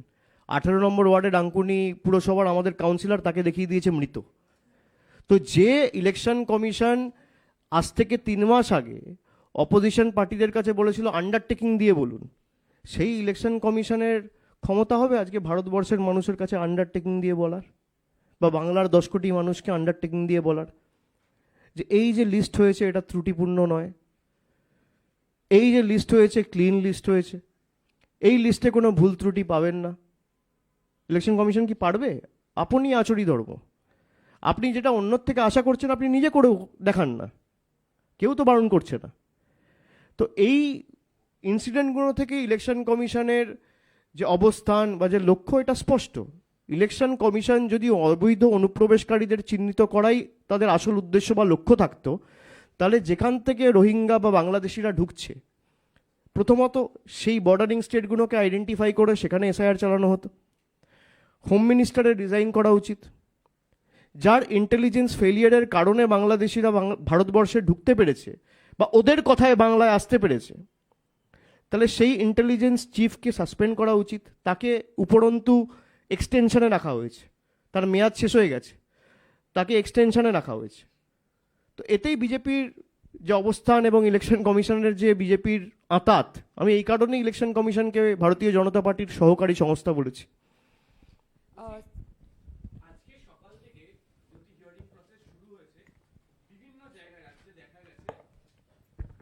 কোথাও 85 ইয়ার্স, কোথাও 88 ইয়ার্স যারা বয়স্ক মানুষজন, তাদেরকে ডাকা হচ্ছে এবং তারা আসছেন কেউ 8 কিলোমিটার 10 কিলোমিটার দূর থেকে। কমিশন বলেছিল যাদের 80 আপ, যাদের বয়স হয়ে যাবে তাদের জন্য বাড়িতে গিয়ে ব্যবস্থা হবে। এই যে মানে কমিশন এই বয়স্ক মানুষদেরকে যেভাবে ডেকে নিয়ে এসে করাচ্ছেন, এই হেনস্থার শিকার তারা, মানে এটার করার কারণ কি কোথাও গিয়ে চাপ তৈরি করানো হচ্ছে মানুষের কাছে, মানে এই এনাদেরকে নিয়ে এসে? দেখুন, বিজেপির পলিটিক্সই হচ্ছে লাইনে দাঁড় করিয়ে দেওয়া। কালো টাকার নাম ধ্বংস করার নাম করে একবার আপনাকে লাইনে দাঁড় করিয়ে দেবে, একবার ভোটার লিস্ট ফিল করার নাম করে আপনাকে লাইনে দাঁড় করিয়ে দেবে। মানুষের উপর অত্যাচার করা, মানুষকে বিরক্ত করা, মানুষের জন্য প্রতিকূলতা সমস্যা তৈরি করা, এই বিজেপির লক্ষ্য উদ্দেশ্য। এবং এটা না করে যদি আপনি একটা AR-এর পক্ষে যদি 200টা করে কেস করতে হয়, এই কার্যত সম্ভব? আমি যদি এখানে 500 সাংবাদিক ডাকি, কি করে হবে? আমি সাংবাদিক বৈঠক করতেই পারবো না। ভাই আমাকে হয় 50টা ডাকতে হবে, ম্যাক্সিমাম 70-80টা 100টা ডাকতে পারি। আমি যদি এখানে 500 সাংবাদিকদের ডাকি, আপনারা কেউ প্রশ্ন করতে পারবেন, বসতে পারবেন, দাঁড়াতে পারবেন? এ তো সম্ভব না, প্র্যাকটিক্যালি ইম্পসিবল। তো ইলেকশন কমিশন যে হিয়ারিংগুলো করছে সেটা যদি ডিসেন্ট্রালাইজ করা হয়, কোনো পরিকল্পনা নেই তো। বিজেপি যেটা বলছে সেটাই ওরা এক্সিকিউট করছে। এই যে নিজের মেরুদণ্ড, নিজের উপস্থিত বুদ্ধি, নিজের অভিজ্ঞতা কাজে লাগানো, দেশের সংবিধানকে সম্মান দিয়ে কাজ করা, এগুলো তো নেই। এরা চাটুকারিতা, তল্পিবাহকতা আর কৃতদাসত্ব ছাড়া কিছু করেনি। আপনি ভ্যানেশ কুমার সম্পর্কে একটু পড়াশোনা করুন, তাহলে বুঝতে পারবেন এর অতীতটা কি। একটা প্রশ্ন, সেটা হচ্ছে যে আমরা চাকরি ক্ষেত্রে বোনাস শব্দটা শুনেছি সবাই, এখন বিজেপি বলছে এসআইআর শেষ হলে তৃণমূলের সঙ্গে বিজেপির কোনো অ্যাটপার হয়ে যাবে, আমরা বোনাস পাবো। এই বোনাস সম্পর্কে আপনার কি রিয়াকশন, যে বোনাস কে কাকে দিচ্ছে? কমিশন দিচ্ছে না বিজেপি নিচ্ছে? না, সেটা তো তারাই বলতে পারবে যে বোনাস কে কাকে দিচ্ছে। তারা তো বাংলার মানুষের কোনোদিন হয়ে কথা বলেনি। তারা তৃণমূলের সাথে লড়াই করুক, তারা মমতা বন্দ্যোপাধ্যায়কে গাল দিক, আমায় গাল দিক, তৃণমূলকে গাল দিক, কিন্তু বাংলার মানুষকে এই যে বঞ্চিত করে রাখছে, বাংলার মানুষের বিরুদ্ধে যে তৃণমূলকে শিক্ষা দিতে গিয়ে যুদ্ধ ঘোষণা করেছে, এই যে বিজেপির মানসিকতা, আমরা এই কারণেই বিজেপিকে বাংলা বিরোধী বলেছি। আজকে দেখুন, কোথাও বিজেপির কোনো নেতার, এই যে এত লোক মারা গেছে SIR-কে কেন্দ্র করে, কোথাও কোনো হেলদোল নেই। কারোর বাড়িতে গিয়ে একবার একটা সহানুভূতির বার্তা দেওয়া, বা পরিবারের একটা লোকের সাথে গিয়ে কথা বলা, বা কারোর ফর্ম ফিল আপ করতে গিয়ে একটা পেন এগিয়ে দেওয়া বা দুটো ফর্ম ফিল আপ করতে গিয়ে সাহায্য করা, এইটুকু সৌজন্যতাও বিজেপির কোনো বড় ছোট নেতা দেখায়নি। বিজেপিকে এই কারণেই আমরা বাংলা বিরোধী বলেছি। বিজেপি খালি বোনাসের রাজনীতি, হিন্দু মুসলমানের রাজনীতি, টাইট করার রাজনীতি, এজেন্সির রাজনীতি, মানুষের নাম বাদ দেওয়ার রাজনীতি, ঈশ্বরচন্দ্র বিদ্যাসাগরের মূর্তি ভেঙে দেওয়ার রাজনীতি, ভেঙে দাও, গুড়িয়ে দাও, শেষ করে দাও, কেটে দাও, মিটিয়ে দাও, দাঙ্গা লাগিয়ে দাও। আর তৃণমূল সাজিয়ে দাও, গুছিয়ে দাও। বিজেপি চায় মানুষের চোখে জল নেমে আসুক, তৃণমূল চায় মানুষের মুখে হাসি ফুটুক। পার্থক্য এখানেই। কদিন আগে সিও দপ্তরে গিয়েছিলেন আপনাদের দলের পার্থ ভৌমিক, শশী পাজা। সেখানে একটা অভিযোগ করে এসেছিলেন যে বেস লাইন সার্ভে বা KAP সার্ভে, এটা যে 81 বিধানসভা বেছে নেওয়া হলো, এটা কি কারণে, এই প্রশ্ন আপনারা করেছিলেন। তো কমিশন কি আপনাদের কোনো উত্তর দিয়েছে? কারণ কমিশনের তরফ থেকে দাবি যে এটা প্রত্যেক বছর করা হয় এবং এর কিছু প্যারামিটার রয়েছে, সেই প্যারামিটার অনুযায়ী আমরা করছি, এর বাইরে কোনো রকম কোনো উদ্দেশ্য নেই। কি বলবেন? এই যে বাংলাকে আলাদা করে সিলেক্ট করে বাংলাকে হেনস্থা করা, তার একটা নিদারুণ উদাহরণ এই সার্ভে। কারণ এটা বাংলাই হচ্ছে, কিন্তু প্রকৃত অর্থে আপনি যদি তথ্য দেখেন, তাহলে শতাংশের নিরিখে সব থেকে বেশি নাম বাদ গেছে হচ্ছে গুজরাট, তামিলনাড়ু, উত্তরপ্রদেশ। কোথাও এই টিম যাচ্ছে না, খালি বাংলায় আসছে। কেন? বাংলাকে সিলেক্টিভলি হ্যারাস করতে হবে, বাংলার মানুষকে হ্যারাস করতে হবে, বাংলার মানুষকে হ্যারাস করতে হবে এবং বাঙালিকে হ্যারাস করতে হবে। আপনি যদি টিম পাঠান, আপনি আরও 10টা বিধানসভা 20টা বিধানসভায় পাঠান, আমার কোনো আপত্তি নেই, কিন্তু তাহলে আপনার তথ্য অনুযায়ী বা আপনার তর্কের অনুযায়ী তো আপনাকে উত্তরপ্রদেশে, গুজরাটেও টিম পাঠাতে হবে। আপনি তো সেটা পাঠাননি। এই যে বাংলাকে সিঙ্গেল আউট করার বা সিলেক্ট করে বাংলাকে হেনস্থা করা বা বাংলাকে বাংলাদেশি বলে দাগিয়ে দেওয়ার যে পরিকল্পনা বা ষড়যন্ত্র, এটাই স্পষ্ট। এই কারণেই আমরা বিজেপিকে বাংলা বিরোধী বলি। এবং শুধু তাই নয়, আপনারা নিশ্চয়ই শুনেছেন যে EROদের ক্রেডেন্সিয়াল ইউজ করে ফর্ম 7 না ফিল করে ব্যাকএন্ড থেকে ডাইরেক্ট নাম ডিলিট করে দেওয়া হচ্ছে। কোনো ERO জানেই না। মানে this is directly contradictory to the RP act, people representation act, যে আমি ERO আমার ম্যান্ডেট, কোয়াসি জুডিশিয়াল প্রসেস আমার ম্যান্ডেট, আমি ঠিক করব, আমার প্রেরোগেটিভ। BROর ID আর BROর পাসওয়ার্ড ইউজ করে ব্যাকএন্ড থেকে কে করতে পারছে বা কে করছে সে তো মিসেস খান্নাই বলতে পারবে। কিন্তু কিভাবে এদের ID আর এদের পাসওয়ার্ড মিসইউজ করে একটা BRO যদি বলে যে আমি করেছি, আপনি জিজ্ঞেস করুন, আপনারা সাংবাদিক, ক্যামেরা নিয়ে ঘোরেন, যান, মাইক ধরুন, কেউ জানেই না, হঠাৎ করে দেখছে পোর্টাল থেকে নাম বাদ। কার অঙ্গুলি হলো না এই নাম বাদ যাচ্ছে, তাদেরকে বলার সুযোগই দিচ্ছে না। কেউ আত্মপক্ষ সমর্থন করার সুযোগই পাচ্ছে না। আমার কাছে ডকুমেন্ট থাকলে আমি তো সেটা ক্লেম এন্ড অবজেকশনে দেবো, আপনি নোটিশ পাঠান, আমাকে ডাকুন। আমাকে সুযোগ না দিয়ে বাদ দিয়ে দেওয়া হচ্ছে।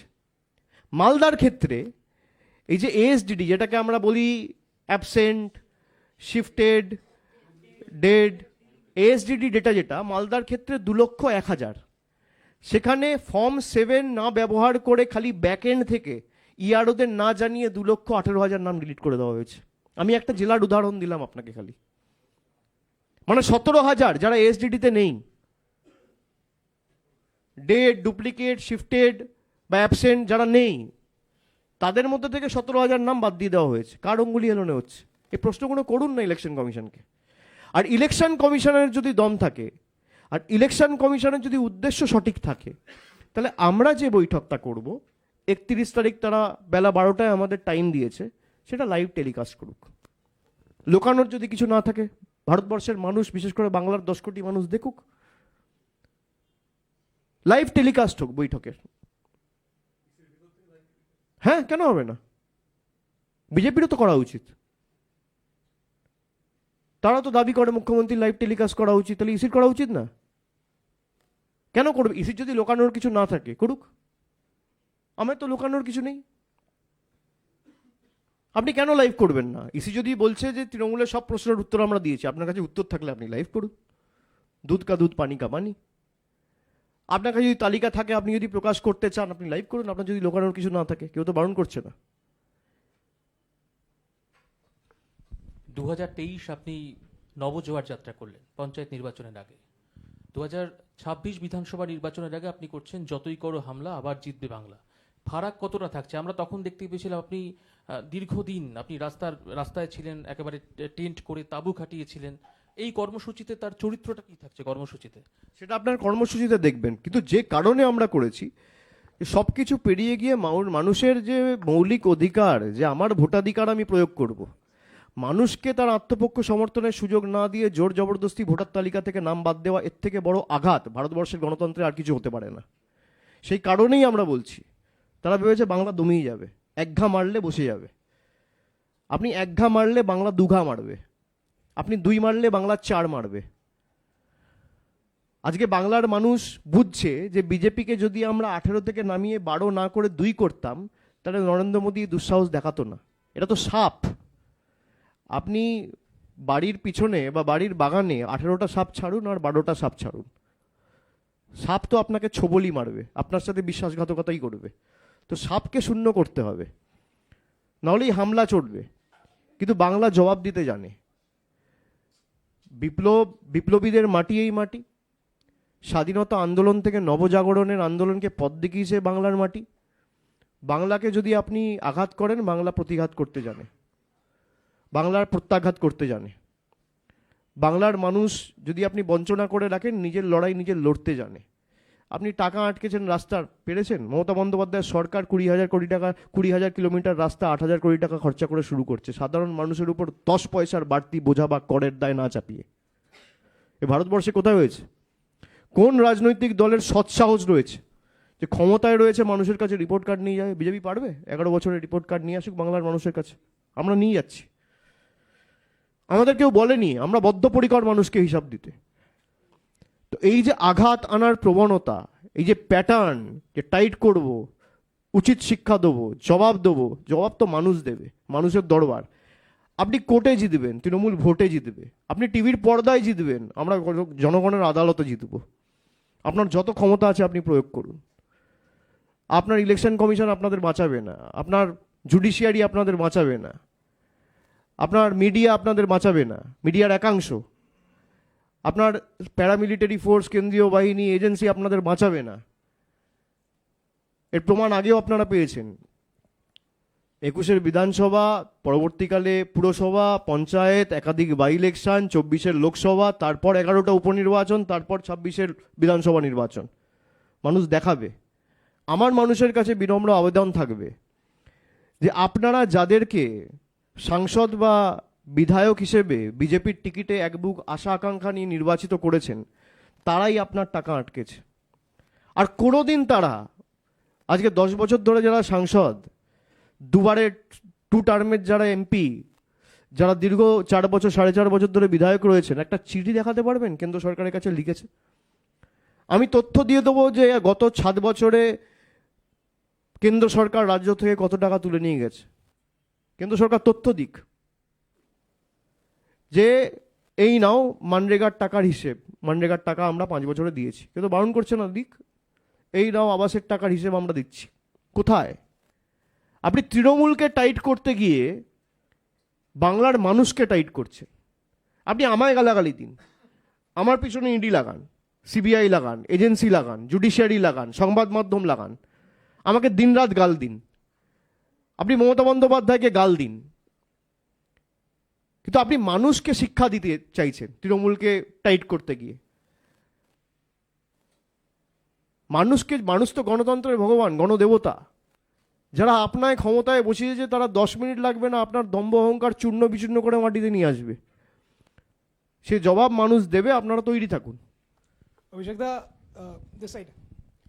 In the past couple of months, we have seen how Bengali-speaking migrant workers or laborers in general have been harassed, attacked, whatsoever. Multiple of these incidents have happened.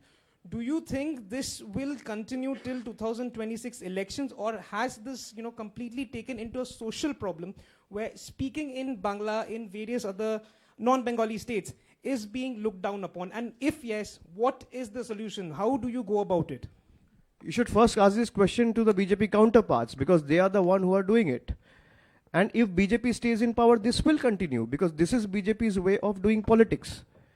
Bengalis have been selectively persecuted on basis of the language they speak, on basis of their eating habits, and this has only happened in BJP ruled states. This cannot be a mere coincidence. It's happening in states like Maharashtra, it's happening in states like Chhattisgarh, it's happening in states like Madhya Pradesh.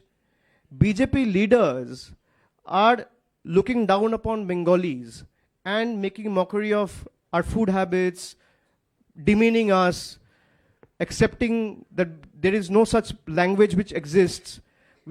Bengalis are being labeled as Bangladeshis in BJP ruled states. We have seen many instances.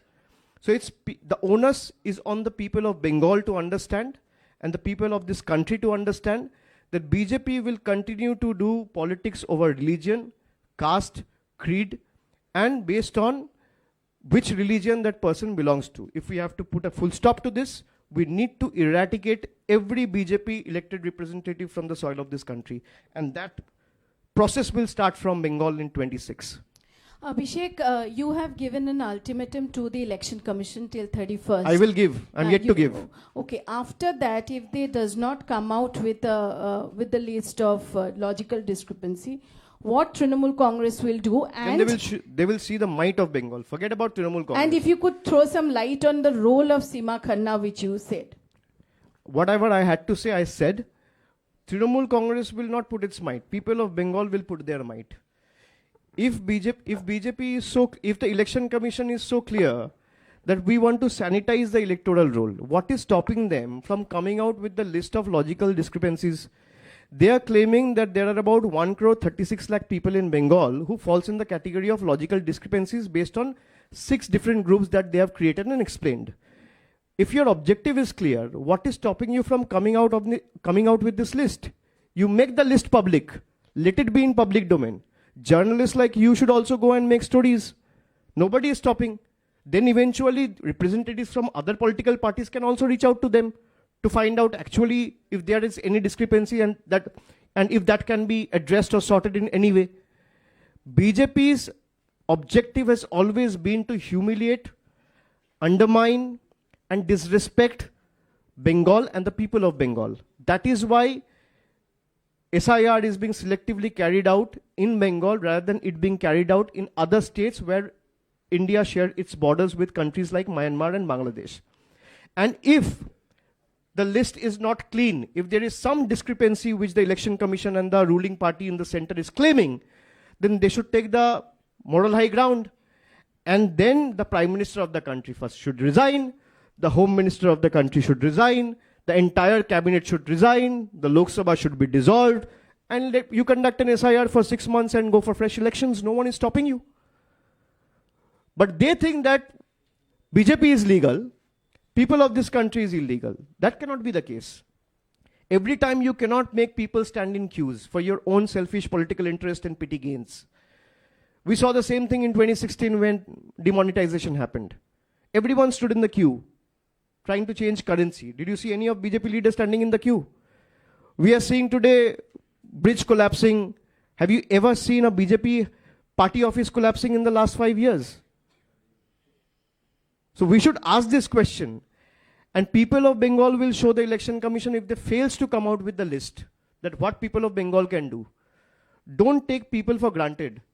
Gyanesh Kumar should understand that he is the election commissioner of India. He is not the chief election commissioner of government of India. This one basic difference he needs to understand. And if your motive is clear, if my motive is clear, I have nothing to hide. You publish the list. How can I clear the list by hiding details? Just explain to me this. And everyone needs to be heard. If I have some faults in the voter list, I should be given time. And I can then come out with my documents and have the time to approach a higher authority or a competent authority to ensure that my name finally reflects in the electoral roll which will be finally published. Who's stopping you?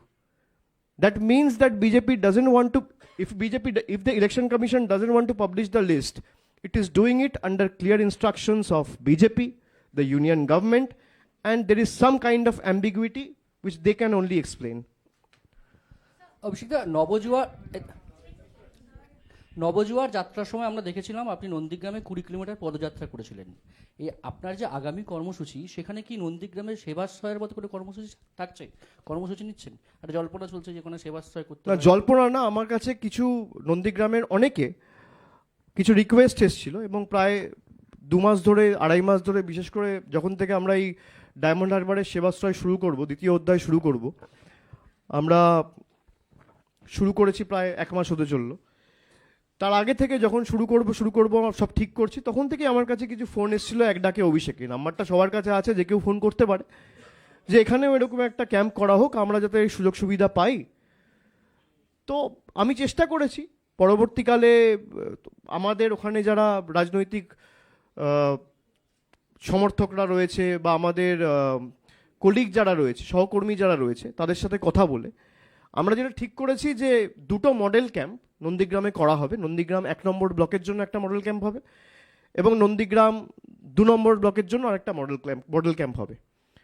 এবং যতই করো হামলা আবার জিতবে বাংলার কর্মসূচিতে আমি যেহেতু 15 তারিখ পূর্ব মেদিনীপুরে থাকবো, আমি সেই ক্যাম্প উদ্বোধন করতে নন্দীগ্রামে যাব। The entire world is watching what is happening in Bangladesh, and even the leader of the opposition in West Bengal has made a provocative statement yesterday saying that what Israel did to Gaza, the same thing should be done to Bangladesh, and another Operation Sindoor should be done. West Bengal is gearing up for elections. The political landscape is sensitive, and such comments being made by a principal opposition party in the state. How does your party look to counter this, and how do you all respond to such allegations being made here in West Bengal? We are not vultures, ma'am. We don't politicize over dead bodies and unfortunate incidents. It's BJP who has always politicized unfortunate incidents like Pulwama or what happened in Mymensingh in Bangladesh. First thing that we should ask ourselves is what happened in Bangladesh is extremely unfortunate. Has there been any information that is available in public domain which clearly states that Dipu Das, the worker who used to work in a factory, has committed some kind of blasphemy which is being reported in media, and based on which he was lynched and he was brutally killed? Where is the evidence? First, everyone needs to understand that who provoked and who is getting benefited and who is getting to politicize the incident for their own political gains.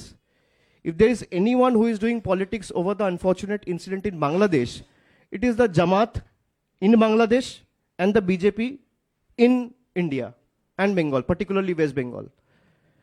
We have been very clear about our stance. We want peace to prevail.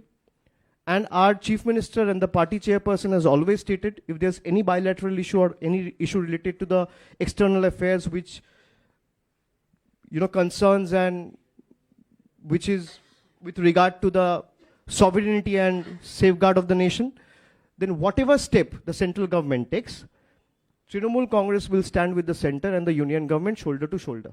What is stopping them from interfering? Unfortunate that there has not been a tweet or a statement from either the Prime Minister or the External Affairs Minister or the President of the country. And they think themselves as the savior of Hindutva. So that answers and that takes care of everything, I think. केंद्रीय मंत्री शांतनु ठाकुर ने कहा है कि 50 लाख अगर Rohingya और बांग्लादेशी के नाम कटते हैं तो 1 लाख मतुआ के भी नाम कट सकते हैं.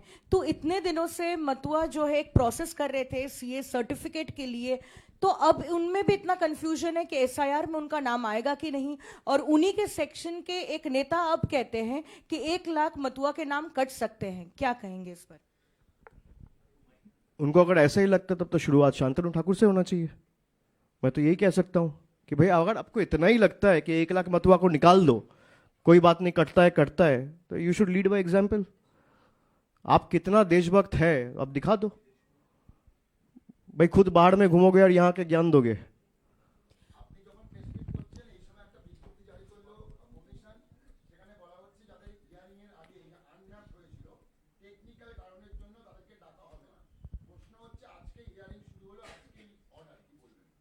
আমি জানি না, আমাকে দেখতে হবে, না দেখে আমি বলতে পারবো না. আমি নোটিফিকেশন দেখিনি, পড়িনি. আপনার প্রশ্নের বেসিসে আমি একটা নোটিফিকেশন না দেখে কিছু বলি না. আমাকে দেখতে হবে, নোটিফিকেশন পড়তে হবে, কিসের বেসিসে বলা হয়েছে, সেখানে কি কি ক্লজ দেওয়া হয়েছে, কি কারণে করা হয়েছে, দেখে আপনি যদি আমাকে পরবর্তীকালে জিজ্ঞেস করেন আমি বলতে পারবো. Sir, we have seen in various instances as far as Parliament is concerned, we have seen whether it is Waqf Amendment Act or whether it is CA or we have seen Manrega, from Manrega to Ramji. Opposition have raised their voice, even TMC has participated. But somewhere or the other, don't you think the voice has been limited to the Parliament and it's being unheard? Because don't you think it's being a direct attack to the federal structure where opposition's voices are being unheard? And I can only speak on behalf of my party. And we have raised it. I'm sure the other parties in different states are doing it as well. Media also has to come and do its role. Rather than pointing fingers on us, when you're pointing one finger on us, there are 4 fingers which is pointing towards yourself. So you need to ask yourself, are you even doing 1% of what you think should be done? Are you playing your duty and doing your role? We have been doing it. Our Chief Minister has renamed the Karmashri scheme as Mahatma Shri. We are going to Delhi, meeting the Chief Election Commissioner. We will hold protests there. We are doing extensive meetings in Bengal, in every district, every block, every ACs. And we are standing with the people, trying to assist them in the entire process, just so that their name remains in the voters list. So what else can we do? What is BJP doing? If you see and compare what Trinamool has done and what BJP is doing, BJP is only trying to politicize by doing Hindu-Muslim. And what is Trinamool doing? Has BJP even assisted a single person during the period of 2 months? No. You have another question? Sir, over these issues only, Congress has called a nationwide protest from 5th January, naming it to be the Manrega Bachao Yatra. They have not reached out to us. So if they reach out to us, we will respond to them. অভিষেক, বাবার আপনারা অভিযোগ করছেন যে কেন্দ্রীয় সরকার 100 দিনের কাজে টাকা দিচ্ছে না, সুপ্রিম কোর্টের নির্দেশ সত্ত্বেও দিচ্ছে না. তারপর আবার নতুন করে সিদ্ধান্ত নিয়েছে যে কেন্দ্রীয় সরকার এবার থেকে 100 দিনের কাজে 7% টাকা দেবে এবং রাজ্য সরকার 40% টাকা দেবে. এটা কিভাবে দেখছেন আপনি? না, আগে তো টাকা শুরু করতে হবে. 60%, 40%, এ তো ধরুন এদের স্ট্যান্ডার্ডাইজ স্কিম, এটা বাড়িয়ে দিয়েছে. নর্থ ইস্টের ক্ষেত্রে এটা 90-10. কিন্তু আপনার ধরুন, আমি এক তর্কের খাতিরে বলছি, আবাস যোজনা তো নিয়ম তাই যে 60% টাকা দেবে কেন্দ্র, 40% টাকা দেবে রাজ্য. 60% টাকা কোথায়? 5 বছর ধরে তাও তো দিচ্ছে না. আপনার প্রথমত 5 বছরের ডিউ রয়েছে. আপনি গরিব মানুষগুলোকে কাজ করিয়ে তাদের পারিশ্রমিক আটকে রেখেছিলেন. তাদের যেটুকু টাকা পাওয়ার ছিল সেই টাকাটাও দেননি. তার পরিমাণ প্রায় 3-4 হাজার কোটি টাকা. এবার তারপর পরপর 4টে অর্থবর্ষে আপনি 1 পয়সা বরাদ্দ করেননি. তো আপনি আগে আপনার টাকাটা তো বরাদ্দ করুন. আমাদের স্টেটটা যেমন জল জীবন মিশন 5050 কোটি টাকার মধ্যে স্টেটের দেওয়ার কথা 2525 কোটি টাকা, আর কেন্দ্রের দেওয়ার কথা 2,525 কোটি টাকা, স্টেট একা দিয়েছে 4,590 কোটি টাকা, কেন্দ্র সরকার তার 2,500 কোটি টাকা দেয়নি এখনো। তো ভারতবর্ষের সংবিধানকে যদি কেউ ভায়োলেট করে, দেশের বিজেপি সরকার করছে, মোদী সরকার করছে। আর কারো জি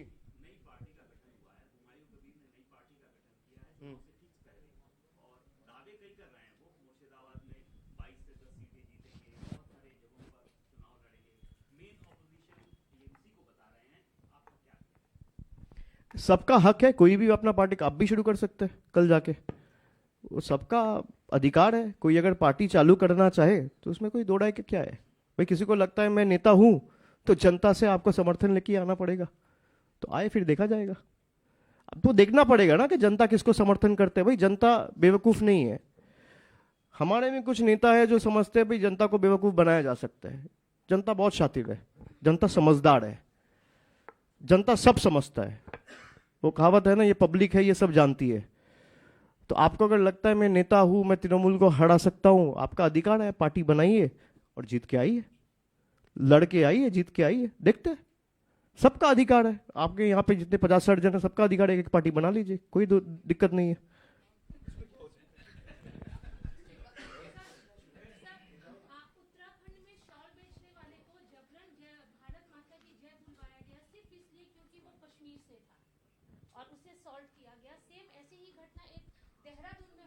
ये तो रोज बीजेपी वाले स्टेट्स में रोज हो रहा है, ये तो लोग देख रहे हैं। अब मैं इस पे अलग करके क्या बोलूं। आप देख रहे हो बंगाल में बीजेपी सत्ता में नहीं आके 70 एमएलए के साथ एक गरीब लड़का वो चिकन पैटीज बेच रहा है, उसको मार रहा है। और किस जगह पे, जहां पे गीता पढ़ा जा रहा है, जहां पे भगवान कह रहा है एक कुत्ता, एक बिल्ली, एक चींटी में भी मैं रहता हूं, वहां पे उसको मारा जा रहा है क्योंकि वो पैटीज बेच रहा है। उसको पुलिस पकड़ रहा है, कोर्ट बेल दे रहा है। किसका कहने पे कोर्ट बेल दे रहा है ये कोर्ट ही बता पाएगा। और बेल मिलते ही उसको गार्लैंड, उसको सम्मानित किया जा रहा है सभाओं में बुला के, और बड़े जोर शोर से किया जा रहा है। तो ये बीजेपी का पॉलिटिक्स है। ये बीजेपी कभी मतलब असली मुद्दे को लेके पॉलिटिक्स नहीं किया है। बीजेपी से आप पूछो कि भाई आपने कहा था 2 करोड़ नौकरी होगा, 11 साल में 22 करोड़ नौकरी होनी चाहिए, आप हिसाब दे दीजिए, वो नहीं बोल पाएंगे। बीजेपी से आप पूछ लो कि भाई आपने बोला था कालाधन खत्म हो जाएगा, प्रधानमंत्री ने बोला था 50 दिन दीजिए, अगर 50 दिन में मैं नहीं कर पाया तो जिस चौराहे में मुझे ले जाके जो सजा देंगे आपका हर सजा मंजूर है। ये मैं नहीं, गोवा में बोला था, प्रधानमंत्री ने बोला था, भाषण है उनका, ऑन रिकॉर्ड है। अब यूट्यूब में देखिए, मिल जाएगा। कोई पूछेगा प्रधानमंत्री से कि आपका कालाधन खत्म नहीं हुआ और बढ़ गया। वो असली मुद्दे पे राजनीति करता ही नहीं है। वो दंगे पे करेगा, हिंदू मुसलमान पे करेगा, डिवाइड पे करेगा, बांग्लादेश पे करेगा, मंदिर पे करेगा, मस्जिद पे करेगा। यही बीजेपी का प्लेबुक है। तो ये जनता समझ रहे, तभी आज बीजेपी 240 पे है। और आने वाला दिन में आप देखेंगे यही 240 घटते घटते 40 पे आ जाएंगे। একটা আলাদা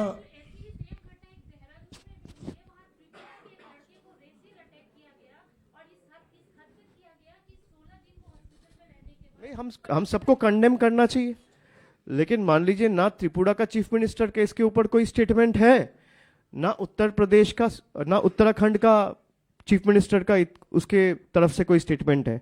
और उत्तराखंड में भी डबल इंजन सरकार है, त्रिपुरा में भी डबल इंजन सरकार है। ठीक है, दर्शाता है बीजेपी किस तरीके से राजनीति करता है। একটা আলাদা ইস্যুতে প্রশ্ন করা যাবে এসআইআর এর বাইরে? বিষয়টা হলো এত কিছু ইস্যুর মধ্যে একটা ইস্যু হারিয়ে যাচ্ছে। আমরা হয়তো কয়েকজন সামনে এনেছিলাম, খুব দুর্ভাগ্যজনকভাবে আপনাকে সামনে পেলাম, সুযোগ পেলাম, তাই বলছি। সেটা হলো রাজ্যের বিরোধী দলনেতা সকালবেলা উঠে পিসি দিয়ে শুরু করে, রাত্রিবেলা ভাইপো দিয়ে শেষ করে, আর মাঝখানে কয়লা চোর, বালি চোর, তোলাবাজি ইত্যাদি ইত্যাদি বলে। সম্প্রতি তাঁরই দলের এবং তাঁরই পাড়ার অনিমেষ গিরি, আরএসএস এবং বিজেপি কর্মী, তার কোটি কোটি টাকা চিটিংবাজির, শুভেন্দু অধিকারী নাম করেই বলছি, কোটি কোটি টাকা চিটিংবাজির 99 পৃষ্ঠার প্রমাণ সহ হাজির করিয়েছে। প্রমাণ আপনি প্রমাণ চান কেন? যাকে আপনি টিভির পর্দায় টাকা নিতে দেখছেন, এর থেকে বড় প্রমাণ আর কি? ভাই আমি কিছু বললে ভুল হতে পারে, মিথ্যে হতে পারে, আপনি কিছু বললে সেটা ঠিক হতে পারে, মিথ্যে হতে পারে। ভিডিও কি করে মিথ্যে হবে? আর তখন তো এআইও ছিল না। তো টিভির পর্দায় যাকে আপনি টাকা নিতে দেখছেন নির্লজ্জভাবে, দোকান কাটা, আপনি তার সম্পর্কে কী দেবেন? কোটি কোটি টাকার প্রমাণ দিয়ে কী করবেন? বিজেপিতে গেলেই ধোয়া তুলসী পাতা।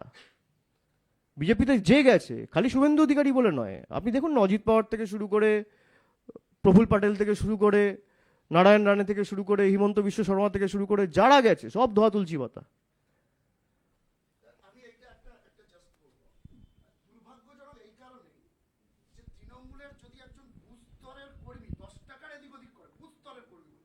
মমতা বন্দ্যোপাধ্যায়, অভিষেক বন্দ্যোপাধ্যায়, আমি অনেক দূরের ব্যাপার, বুস্তরের কর্মী, তাহলে সন্ধ্যেবেলা বিভিন্নভাবে রেড়ে আওয়াজ ওঠে।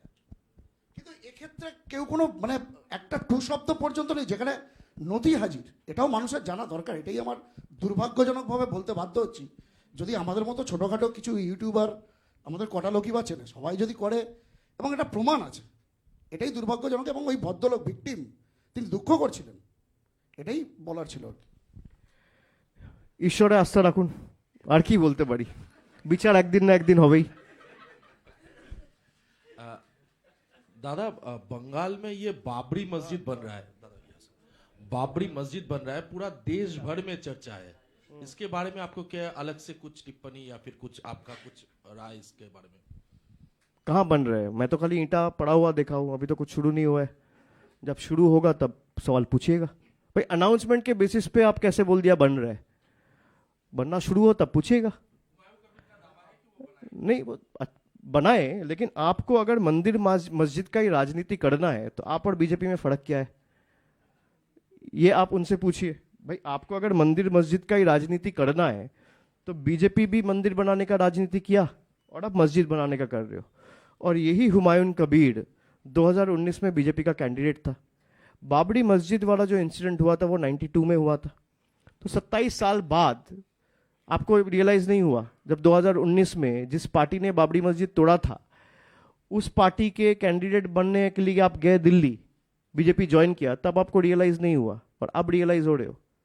और जिसको मंदिर मस्जिद बनाना है, मेरा अर्जी ये है भाई सबको बनाने का हक है, कोई दिक्कत नहीं है। आप मंदिर बनाइए, मस्जिद बनाइए, गुरुद्वारा बनाइए, चर्च बनाइए, राजनीति छोड़ दीजिए। अगर आप पॉलिटिक्स कर रहे हैं, जनता की सेवा आपका एक लक्ष्य होना चाहिए। आप अस्पताल बनाइए, आप स्कूल बनाइए, आप यूनिवर्सिटी बनाइए, आप लोगों का हित में जो हो सकता है बनाइए। धर्म अपना घर पे करिए, और जो बनाना चाहे स्वागत है, कोई दिक्कत नहीं है, लेकिन राजनीति ना करे। एक राजनीतिक नेता को मंदिर मस्जिद बनाना और उसके ऊपर राजनीति करना शोभा नहीं देता है। আচ্ছা, আমার একটা প্রশ্ন আছে। 31 তারিখে যাচ্ছেন দিল্লিতে, জ্ঞানেশ কুমারের মুখোমুখি হবেন, লাইভ হবে কি হবে না সেটা তখনই বোঝা যাবে। জ্ঞানেশ কুমার যদি আপনাকে জিজ্ঞাসা করেন যে আপনি ফর্ম ফিল আপ করেছেন কিনা, ড্রাফট রোলে আপনার নাম এসেছে কিনা, কি বলবেন? কিন্তু লিস্ট দেখলেই বুঝতে পারবে, ওকে সফটওয়্যার রয়েছে। যে 1 কোটি ডেটা একদিনে রিলিজ করে দিচ্ছে, তার কাছে একটা ইন্ডিভিজুয়াল কেস কি? বাংলাদেশের ঘটনার প্রতিবাদ করতে গিয়ে এখন বিজেপি সাধু সন্তদেরও তাদের প্রতিবাদে সামিল করছে। এমনকি বিরোধী দলনেতা তিনি গঙ্গাসাগরের সাধুদের ব্যবহার করার কথা বলেছেন তাদের প্রতিবাদ কর্মসূচিতে। তো আপনারা সর্বধর্ম সমন্বয়ের বার্তা দেন সবসময়। 2 তারিখ থেকে যে কর্মসূচি শুরু হবে সেখানে সব ধর্মের প্রতিনিধিদের নিয়ে কি কোনো আলাদা কর্মসূচি করবে তৃণমূল? তো মুখ্যমন্ত্রী মমতা বন্দ্যোপাধ্যায় দলের সভানেত্রী তিনি করেছেন। তিনি যখন কলকাতায় হেঁটেছেন সব ধর্মের প্রতিনিধিরাই ছিল। কিন্তু বাংলাদেশে যে ঘটনাটা ঘটেছে অত্যন্ত দুর্ভাগ্যজনক ঘটনা। প্রথমত এই যে দীপু দাস বলে ময়মনসিংহের যে খুব সম্ভবত ভালুকা না জায়গাটার নাম, ভালুকা উপজেলা, যে ফ্যাক্টরিতে কাজ করত, তাকে বলা হচ্ছে সে ধর্মের বিরুদ্ধে একটা কুরুচিকর কোনো মন্তব্য করেছে। তার তো কোনো একটা ক্লিপিংস বা কোনো একটা হোয়াটসঅ্যাপ চ্যাট যেখানে থাকবে কিছু একটা পাওয়া গেছে, পুরোটাই হিয়ার্সের বেসিসে। তো প্রথমে দেখা উচিত যে এই রটালোটাকে, যে তিনি যে কুরুচিকর মন্তব্য করেছেন এটা রটালোটাকে। আর এটা নিয়ে রাজনীতি কারা করছে? বাংলাদেশের একটা রাজনৈতিক শ্রেণী করছে, আর ভারতবর্ষে এবং বাংলায় বিজেপি করছে। অন্য কেউ তো এটা নিয়ে রাজনীতি করছে না। তা মানুষ মরার রাজনীতি কে করে ভারতবর্ষের মাটিতে? পেছনে যখন পুলওয়ামা হয়েছিল, ওই 40 জন কেন্দ্রীয় বাহিনীর যারা মারা গিয়েছিলেন ওই ঘটনায়, তার ছবি লাগিয়ে ভোট কে চেয়েছিল? দেশের প্রধানমন্ত্রী চেয়েছিল। আজকে এই বাংলাদেশকে নিয়ে বিজেপি রাজনীতি করছে। বিজেপি বলে কোন মুখে? 1 কোটি বাংলাদেশি বাংলায় থাকতে বলতো, সব থেকে কম নাম বাংলা থেকে ডিলিট করা গেছে। এবং তারপরে প্রতিশোধ নেওয়ার জন্য এইসব কন্ডিশন ঢুকিয়ে দিয়েছে এবং লজিক্যাল ডিসক্রিপেন্সি করে 1,36,00,000 লোকের নাম ঢুকিয়েছে, যাতে বাংলাকে আবার অপমান করা যায়, বাংলাকে আবার লাঞ্ছিত করা যায়। তো এই দুর্ভাগ্যজনক ঘটনাগুলো নিয়ে যারা হিন্দুত্বের মানে রক্ষক হিসেবে বা হিন্দু ধর্মের কর্তা হিসেবে, বাহক হিসেবে নিজেদেরকে দাবি করেন, রক্ষাকর্তা হিসেবে দাবি করেন, তাদের হিন্দু প্রেম তো আমার ওখানে দেখা উচিত। ভারতবর্ষের প্রধানমন্ত্রী একটা টুইট করেনি, এক্সটার্নাল অ্যাফেয়ার্স মিনিস্টার একটা টুইট করেনি, একটা শব্দ উচ্চারণ করেনি। এই শুভেন্দু অধিকারী, শুনে রাখুন, বলেছিল মমতা ব্যানার্জি সরকারের থেকে মোহাম্মদ ইউনিসের সরকার ভালো। এটা আমার কথা না, রাজ্যের বিরোধী দল নেতা, বিজেপি নেতা মোহাম্মদ ইউনিসকে সার্টিফিকেট দিচ্ছে। সেই ইউনিস সরকার আজকে হিন্দুদের পিটিয়ে মারছে। সার্টিফিকেট কে দিয়েছে? নরেন্দ্র মোদী। সার্টিফিকেট কে দিয়েছে? শুভেন্দু অধিকারী। তো মানুষের কাছে পরিষ্কার। 3 দিন পর 4 দিন পর তো অমিত শাহ আসবে। কবে আসছে আমি জানি না, 2-3 দিনের মধ্যে আসার কথা সংবাদে দেখছিলাম, 29 তারিখ। তো আপনি যান না, হোম মিনিস্টারের কাছে গিয়ে দাবি করুন যে ভাই ওখান থেকে আমাদের বলা হচ্ছে যে শিলিগুড়ি করিডোর আমরা দখল করে নেবো। বাংলাদেশের সাহস কি করে হয়? যে সমস্ত বাইল্যাটারাল ইস্যু রয়েছে কেন্দ্রীয় সরকার যে ভূমিকা নেবে দল হিসেবে আমরা সমর্থন করবো। আমি তো নিজে গেছি অপারেশন সিন্দুরের ডেলিগেশনের সদস্য হিসেবে। আপনারা অনেকে জানেন না, আমাকে অনেক সাংবাদিক জিজ্ঞেস করেছে যে আপনি পার্লামেন্টে যখন আলোচনা হলো অপারেশন সিন্দুর নিয়ে বলেননি কেন? ভাই কেন্দ্রকে অ্যাটাক করতে গিয়ে আমার মুখ থেকে যদি একটা খারাপ কথা বেরিয়ে যায় সেটা তো অন্য দেশে চলবে, আমি সেই সুযোগটা দেবো কেন? ওরা বলে আমাদের জন্য দেশ আগে, কিন্তু আমরা সেটা কর্মে করে দেখাই যে আমাদের জন্য দেশ আগে। আপনি করে দেখান না, কে বারণ করেছে? এত বড় বড় কথা বলা হচ্ছে, তা আপনি কেন বাংলাদেশের সাথে এটা স্ট্রিক্টলি টেক আপ করবেন না? 2 মাস আগে তো ভারতবর্ষের প্রধানমন্ত্রী মোহাম্মদ ইউনিসের সাথে হাত মিলিয়ে মিটিং করে এসেছিল, তারপরেও কেন এই ঘটনা ঘটবে? আর এই ঘটনা কারা ঘটাচ্ছে, কি কারণে ঘটাচ্ছে? এই ঘটনাকে নিয়ে কেন্দ্র করে কে রাজনীতি করছে, কারা রাজনৈতিক স্বার্থে ব্যবহার করছে একটা দুর্ভাগ্যজনক ঘটনাকে? তার জন্য তারাই দায়ী।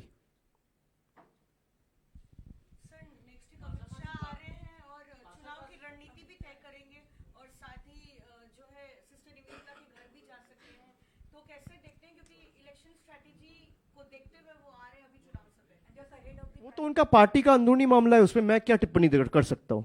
वो जब मर्जी आए, बंगाल का दरवाजा सबके लिए खुला है। आधार के কোথায় আমি বললাম যারা চায় না যে শান্তি ফিরুক তারাই এটাকে নিয়ে রাজনীতি করছে। যারা এই ঘটনার ফায়দা নির্বাচনে লুটতে চায় তারা এটাকে নিয়ে রাজনীতি করছে। এই ঘটনাকে নিয়ে তো তৃণমূল কংগ্রেস রাজনীতি করছে না, জাতীয় কংগ্রেস রাজনীতি করছে না, ডিএমকে রাজনীতি করছে না, আম আদমি পার্টি করছে না, জেডিইউ করছে না, বা আরজেডি করছে না। এই ইস্যুটাকে নিয়ে রাজনীতি কে করছে? ভারতীয় জনতা পার্টি। आधार के कोनो তো তারাই বলতে পারবে তারা চায় না বাংলাদেশ শান্ত হোক, তারা চায় না বাংলায় শান্তি থাকুক, তারা চায় না বাংলার মানুষের স্বাধীনতা থাকুক।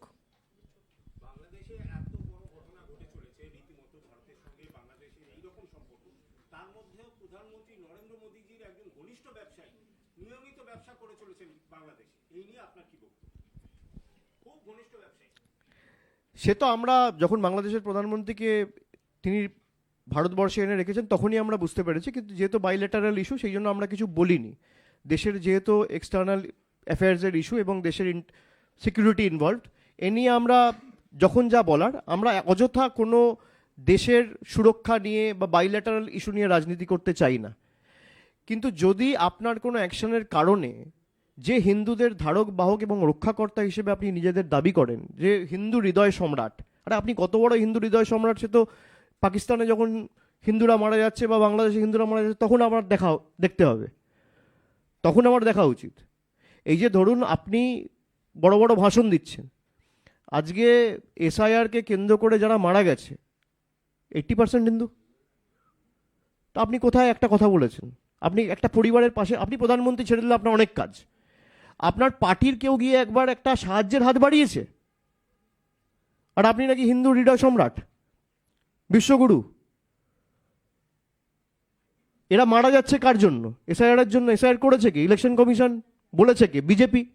তাহলে এদের মৃত্যুর জন্য প্রত্যক্ষ বা পরোক্ষভাবে হয় ইলেকশন কমিশন হলে বিজেপি দায়ী। এরা নিজের যে সুইসাইড নোট সেখানে লিখে দিয়ে যাচ্ছে যে ইলেকশন কমিশনের জন্য আমরা সুইসাইড করলাম। তো এদের মধ্যে তো সবাই হিন্দু, তখন তো কোনো ব্যবস্থা নেয়নি। এরা মৃতদেহের উপর দাঁড়িয়ে রাজনীতি করে, এরা নির্লজ্জ, এটাই এদের রাজনীতির ডিএনএ। ঠিক আছে।